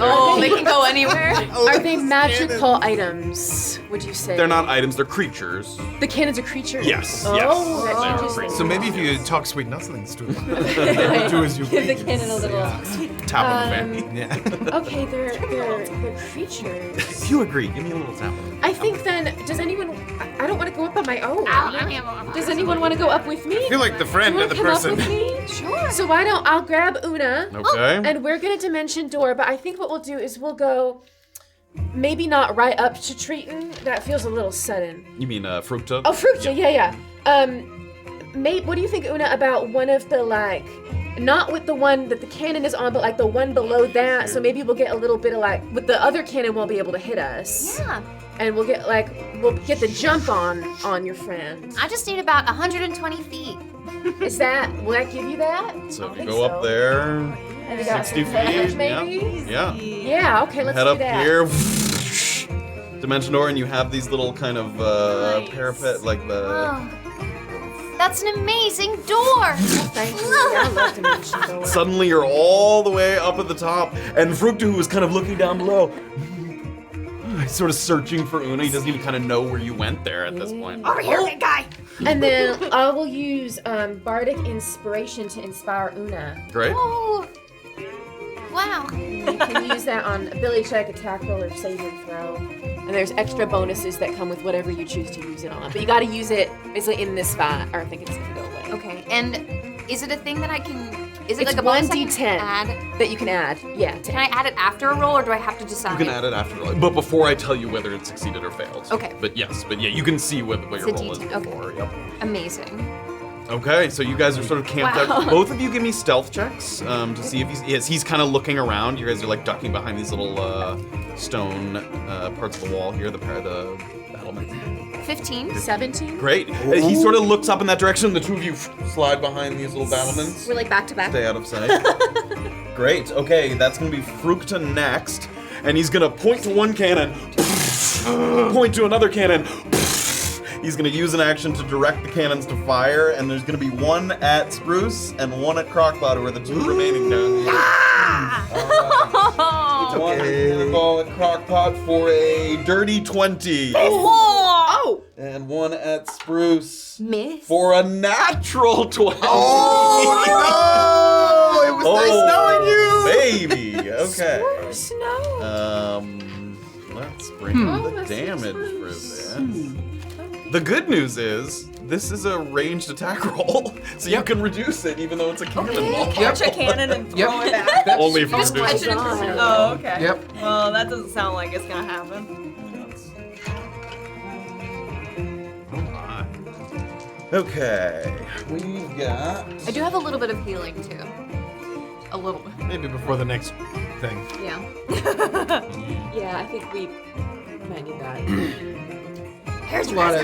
That's a lot of math on that attack. It's a lot of math. Oh, he's still going. Yeah. It's a lot of I didn't math. even realize. That is 48 bludgeoning damage. Oh my god. Yeah, so I'm gonna deflect missiles on Oh my god. Yeah, I'm gonna deflect missiles. Oh my god. Hey, that's a 10. Okay, cool. so I can reduce it by. I think I can reduce it by 23. Yeah, Great. we're So reducing you it by throw up an 23. elbow, and the cannonball still clips you, but you sort of Right. redirect it into the ground where it makes a big impact in the rock there. That was so cool. All right, so how much was the because It was 48. 48 minus 23, still taking 25. Yep. Woo. All right, and then that's Spruce's turn next. Cockbox like, sorry. You did. They shot one at Crocpot. Oh man. Okay. Well, yeah, we're getting up there. All right. What's the journey I'm looking at here? How tall are each of these walls? Each one is 40 feet per. 40 feet per. And Okay. then about So 15 from side to side. oh wait, no, I can get there in one turn. I'm an idiot. Okay. Let her rip. So yeah, with long stride, that takes my speed up to 55. Then hasted, my speed is 110. Oh my. And you So I'm run gonna, up so I'm vertical gonna, surface. I can run up vertical surfaces. I'm gonna step of the wind to increase my movement to 220 for this round. To increase it to what? To increase it to 220 for this round. Oh my Does that get me there? Y'all were made for this mission. You leap over the top wall in a blur. Oh. One castle wall at a time. Whoa, and get all the way to Frugta at the top there. And he's looking down and he sees the cannon hit the ground. He's sort of and he opens his eyes. Oh shit! Spruce, we really could have used you back in the King of the Hill days. Holy crow! You're up to him, and I don't think you've used an action, right? Because you stepped to the wind. Nope, no action. Wow. All right. So getting up there. I'm gonna just roll up. Hand X momentum. Just he's about to blow into his pipe. And let's see. Does this You get an extra it gives me additional action? I'm just making sure. No advantage or anything. Okay, so I can make 3 attacks. And then let me check the hand X momentum to be With safe real quick. can you move any further away? You had more. Because you might want to not, because Oona might try to do a ranged attack. Yeah, true. So you She might can not shoot a ranged wanna attack be- past him. If, Oh, she can. yeah, It won't be like no, at you risk can for shoot him? through allies. Oh, okay. Because the allies not taking up kind of space. Cool. All right, yeah, let's do it. So first attack. Hand X momentum coming in. That's a 19 to hit. That will hit. Yep. So that's going to do. Man, this guy's and then- reality check immediately. Yeah, so why don't I just? He just rose up like guy. 200 feet in the air, and then 6 seconds later, there's 5 people on the tower. Dirty 20 to hit. Wow. 15 to hit. That will miss. I'm going to burn a key point to increase that up to a 17 to hit. That will hit. Yes. Okay. Nice. All right. Oh my god. And then we're going to. Let me Oh, axe. confirm hit us momentum. Additional 1d6. Okay. So then what we're gonna do here. So that's gonna be Ruin this guy's whole It's gonna be career. 46. It's gonna be 46 plus 12 damage altogether, basically. 1, 5, 7 plus 6, 7. So up to a 13. So that's 25 damage. Great. And then I'm. That's probably not knocking him down. Oh no! What I should have been doing is I should have been making shove attacks. I mean, you could do that. Can I do a shove on that? Yeah. What kind of save is that? What am I doing? For a shove, it probably is strength. Wait, the shove rolls like aren't written down. It's in the because it's open hand, right? Isn't that the? Oh no! I was talking about like using my attack action to shove. Because doesn't the open hand let you do that though without using it as an on flurry of blows. Oh, on flurry of blows specifically, Gotcha. which I can't because I. So you want to replace the first attack with a shove? That was the idea. Yes. Got it. Okay, yeah. I think it's contested athletics or acrobatics. Yeah. Okay. 13. 19. Okay, Nice. so you had advantage on the subsequent 2 attacks, right? Well, I was thinking, could I? Oh, you wanted to shove him off. I see. Could I shove him 5 feet? It's possible to shove him off of the. I would say the first one, hit him up to the battlements, and he's kind of waving his hands. And if you can shove him again, you can push him off. Yeah, fuck it. there. Let's do that. This is more fun. Here we go. Here, Let's I'll do do that. the contested down here. He's Okay. got a +1 to his strength. Okay. Burned a dimension door for 1 no to his reason. strength. That's a 7. That's a 19 again. And you just push him with your finger. And swirling stars all around you, the whole thing comes back down. And it's over that bullet. just like that. Get Zoo? out of town. How long does the bardic inspiration last? 10 minutes. I mean, I think you still have it. Wow. That was amazing. Well done. Ah, Dude, being double buffed was amazing. long stride and then haste. Incredible. That's incredible. At this point, Crocpot disappears. Bye. Oh, what? Oh, wait, I didn't say the words. She disappears anyway. No. Oh. I was the only one who could say them, I think. No, I summoned Crocpot. Oh, you're right. You? Who do you think you are, the boss of this I summoned the operation? previous 2. A wall in the back corner of this little area slides open, and immediately your heart rate doubles. You're not sure how, but just like when you first stepped out of the carriage and into the galaxy sphere, you sense the presence of the Anus. It's close. It's closer than it's ever been, closer than anything has ever been. It feels like it's a part of you even though it hasn't even gotten close enough to lay hands on or put eyes upon it. Its looseness, its chaos calls to you. You feel as if you're blindfolded in a mosh pit, bouncing around with nothing to go on but instinct and searching for a way through that is free of collision. Stumbling forward like a school of transmutation freshman wizard who just discovered how to convert water into jungle juice, you turn the corner, and there it is. A rope. 10, 15 feet in length. One end hanging loose and the other one anchored up to nothingness, something in the endless abyss above it. The bottom end, the noose portion, is tied into a neat hangman's knot, and within the loop is an immaculate crystal sphere the size of a cantaloupe.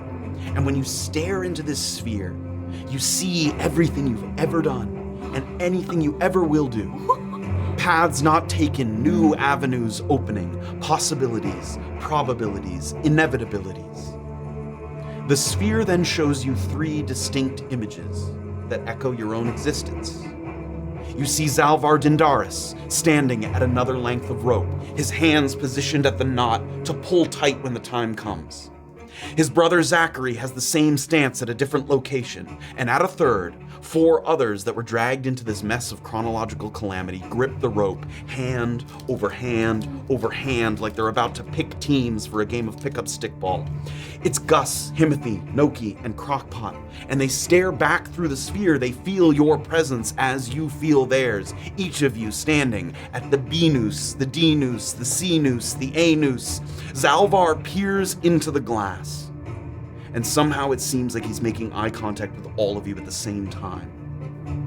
You watch his chest rise as he inhales. He nods. And with every ounce of old man strength in his body, he pulls the knot downward, and the sphere at the end of Zalvar's rope begins to crack and splinter. Zachary follows suit, and so too do the others. And as you tug, you can feel that noose, what is loose, beginning to tighten, beginning to harden. Time is falling back into place, but there is one last hurdle. Oona, with the rope in your hands, you made the very first check in this campaign. I'm pretty sure, I can't totally remember what it was, but I'm pretty sure it was you. And now you will make the last. As you tug on the rope as hard as you can and you feel that sphere splintering, cracking, you think about how you failed to eliminate your future self and thought maybe there would be no punishment for that. You opted for some kind of disgusting, peaceful solution. And now you face your reckoning. With 3 out of the 4 harbingers of the burning turmoil eliminated, future Noki, future Himothy, future Crocpot, you are given fair recompense. You have a 3 out of 4 chance to have it all. To let your future self live, to live your own life to its fullest without fear of what is to come, and to mend that fragile connection of the Feywild to the material plane. And you have a 1 out of 4 chance to doom all creatures to ruin. By unsuccessfully contributing to the pulling of the rope, you would guarantee that the Anus and by extension time itself stays loose forever. And so I need you, in these final moments, to roll a percentile die. And with a roll of 26 or higher, all of your dreams come true. And with a roll of under 26, you've condemned us all. You gotta do it in the thing. Does You gotta do it in the thing up there. she still have inspiration? I think that can only be used on a D20 check. So is it Okay. which ones? This Is it one 20? and this one. Because it's not an ability check or a save. Which one do you roll? You can roll them both at the same time, and that's what I would do. And If you roll the double digit first and you get like a 10, It's we're all fucked. Like I would say roll them at the same time. Just Oh my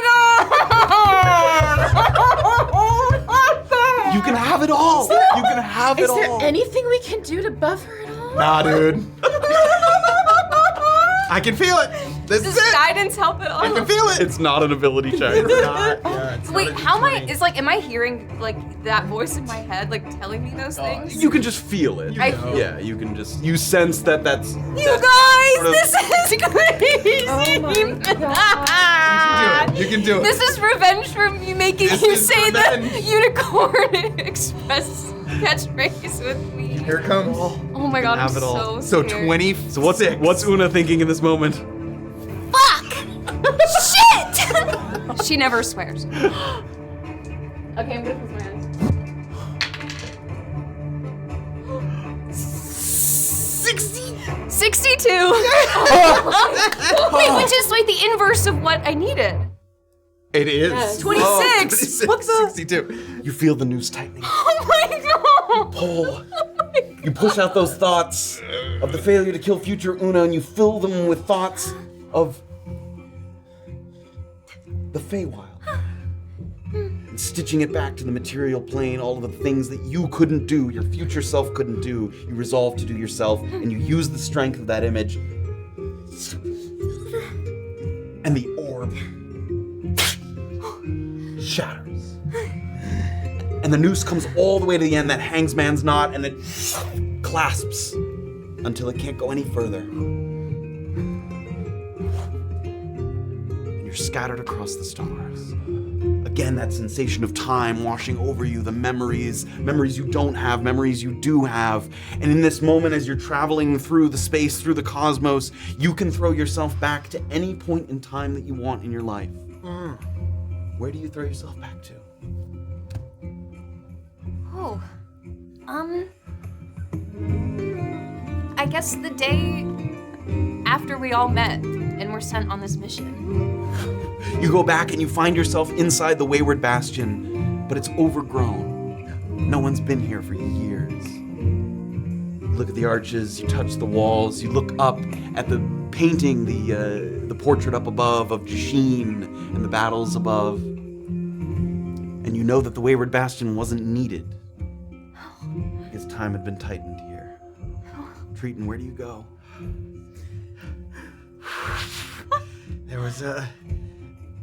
There was a carnival in town, and I really embarrassed myself with a young lady when I asked her to go on the revolving mushroom ride. And I'd like to not trip over my words this time.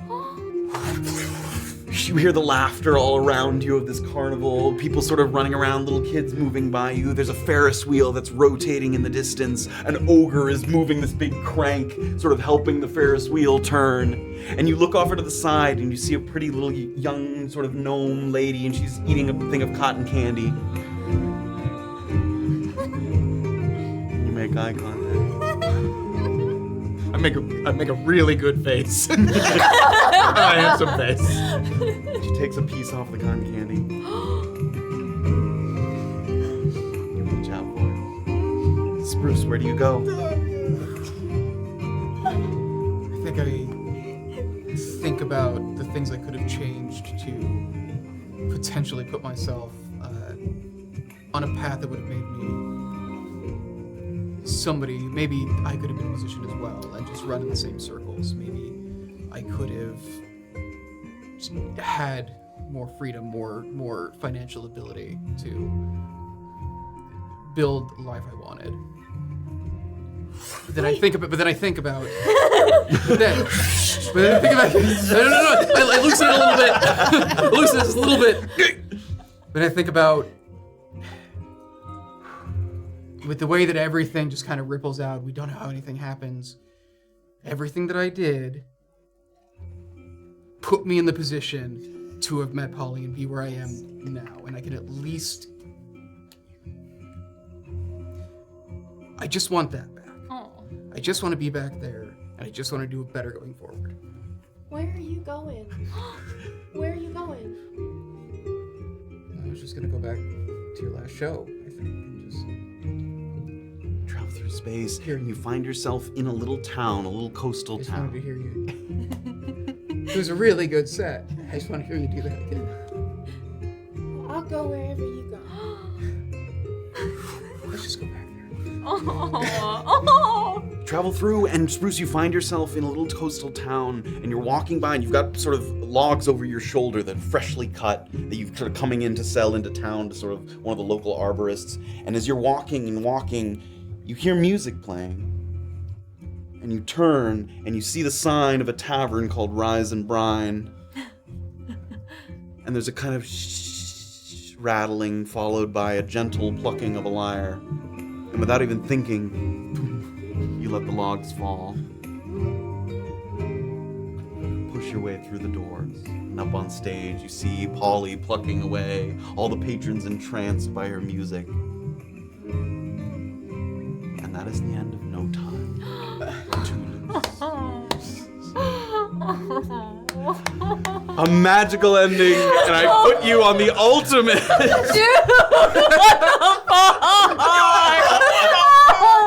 Go ahead and bring, if they're out there, come on back in and stick your face in the Loose camera. thyself! So, yeah, Croc him, Gus Snoke.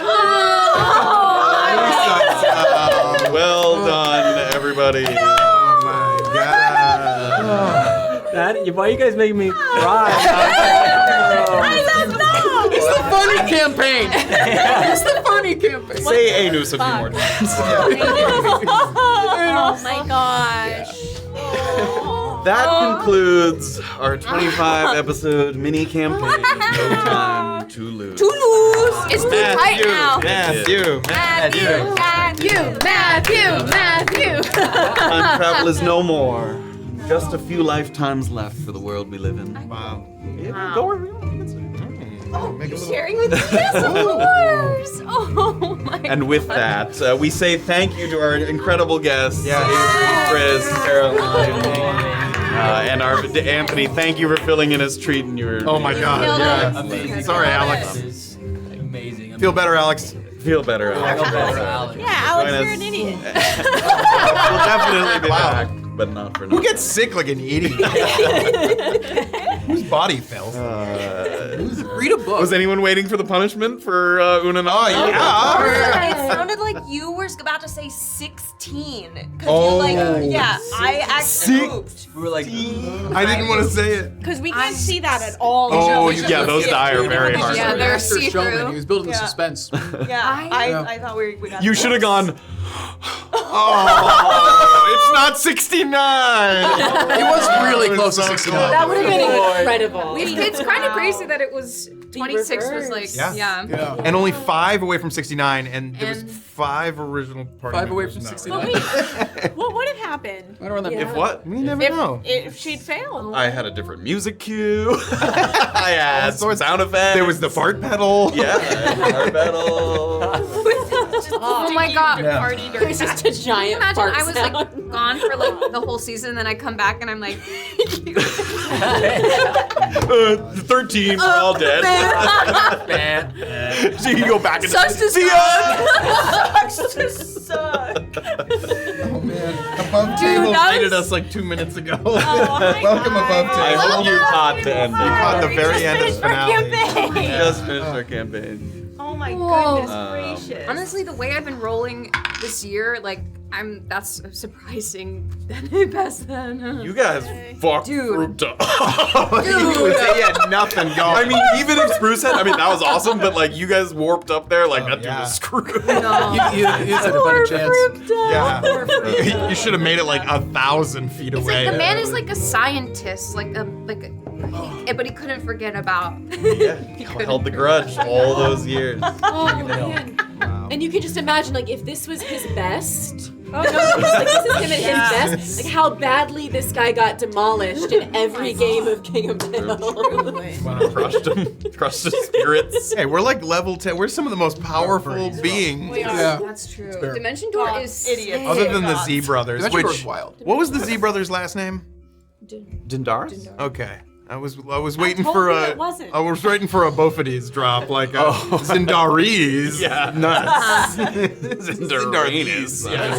Okay, anus was right. Yeah, I know it was right there. Oh my god. Thank you all so much for joining us on this crazy, wacky journey. Thank you for watching. We will, as we've said before, but people might not be here at the beginning. Next week, we're taking a little sort of halvesy week off. We are going to stream, but not doing a campaign. We're going to talk a little bit about what's to come, hang out, play some games, answer some questions. And then the week after that, 2 weeks from now, we return to our main campaign of Brunkhollow, where we will pick up where we left off at the prison and see if we can solve some of the mysteries surrounding Brunkhollow. Time is tight over there. That is. There's no It's messing. not going anywhere. Tight. So we can't wait to do that, and I'm sure there will be more posts and sort of information as we go along, as we sort of let everybody know what's happening with that. One more thank you to our incredible guests. You guys have been awesome. It was such Whole a privilege and every a step of the joy. way. Thank you guys for having us on. Thank you for letting us come in for the finale. Yeah, thank you. That's wild. We didn't have to move at all. That's wild. Yeah, we had that idea a little while back to sort of have the guests for the finale, but all we were guests. but we were like, there's no way we're gonna be able to get like everyone's available on the same day. I was like, no fucking way, and everyone was like, yeah, I can do that. And we were like, that's amazing. What you didn't see is me just like scribbling over everything else in the calendar, just like it's all gone. Mom's The next birthday, 2 weeks are cleared. my wedding. And so. Oh man. I'll say a final thank you for folks that have like donated and stuff, but also then stick around because we have another absolute banger from Steven Chakowski. Steven to Chakowski sort of original. Yes, another Steven Chakowski. That's a Chakowski original. To send off the No Time Too Loose campaign. It's a lovely little thing, and you can see your Twitch chat. So get chatting. But I can't remember where you left off. So Bebo Glebo, subscribe to the Prime. Nerds D&D rated us. Thank you if you're still here. Nice McRoss did 40 bits and then another 62 bits above table. Hello. Thank you for joining us on our final moments. Nice McRoss. Wow, 901 bits. Holy smokes. Thank you so much. Hopeful Optimus 69 bits and Hopeful Optimus gave a community sub. Thank you so very much. Thank you to the YouTube members, the patrons, everybody. This has been the delight. Thank you. All right, we're gonna sign off for the evening. We will see you next week for a little fun and chat, and join us in the Discord, hang out, and we love you all. Have a great week. See you next time. Don't look in the sun. Enjoy the song. Don't look directly at the sun. Don't. Yeah. Good evening, everyone. It's a song I wrote about some friends of mine. They came to ask me some advice one day. See, they got themselves into a bit of a timey-wimey pickle. They came to ask what I thought they should do. Well, I just kind of looked at them and, well, this is what I said. There's something you must choose, what have you got to lose? Chronology is such a complex ruse, but when the time is loose, you're acting silly as a goose. Travel through time and kill yourself, kill yourself. Oona first and Tuna twice, Foona last, and this is my advice. Whether near or far or wherever you are, use that horn and kill yourself. Kill yourself. Noki deep within the stinky wood, utilizing mushrooms for no good. No more big gel cube, no more fungus lube. Just take those claws and kill yourself. Kill yourself. There's something you must choose. What have you got to lose? Chronology is such a complex ruse, but when the time is loose, you're acting silly as a goose. Travel through time and kill yourself. Kill yourself. Timothy is on a magic spree. Shadows, trolls, autobiographies. Get some venom and spew a toxic book review. And make that goblin kill himself. Kill himself. Crocpot tinkers with bits and bobs, gears and machinations for odd jobs. Take that travel machine, go where you have not yet been, and use your friends to kill yourself. Kill yourself. Something you must choose. What have you got to lose? Chronology is such a complex ruse, but when the time is loose, you're acting silly as a goose. Travel through time and kill yourself. Kill yourself.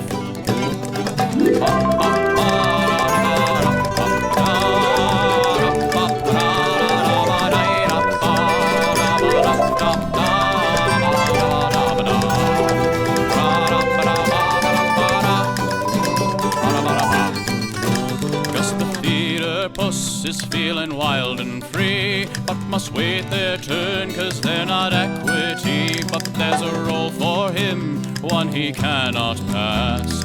Travel through time and get your ass. Get your ass. There's something you must choose. What have you got to lose? Chronology is such a complex rules, but when the time is loose, you're acting silly as a goose. Travel through time and kill yourself. There's something you must choose. What have you got to lose? Chronology is such a complex rule, but when the time is loose, you're acting silly as a goose. Travel through time, kill yourself. Kill yourself. Kill yourself. Kill yourself.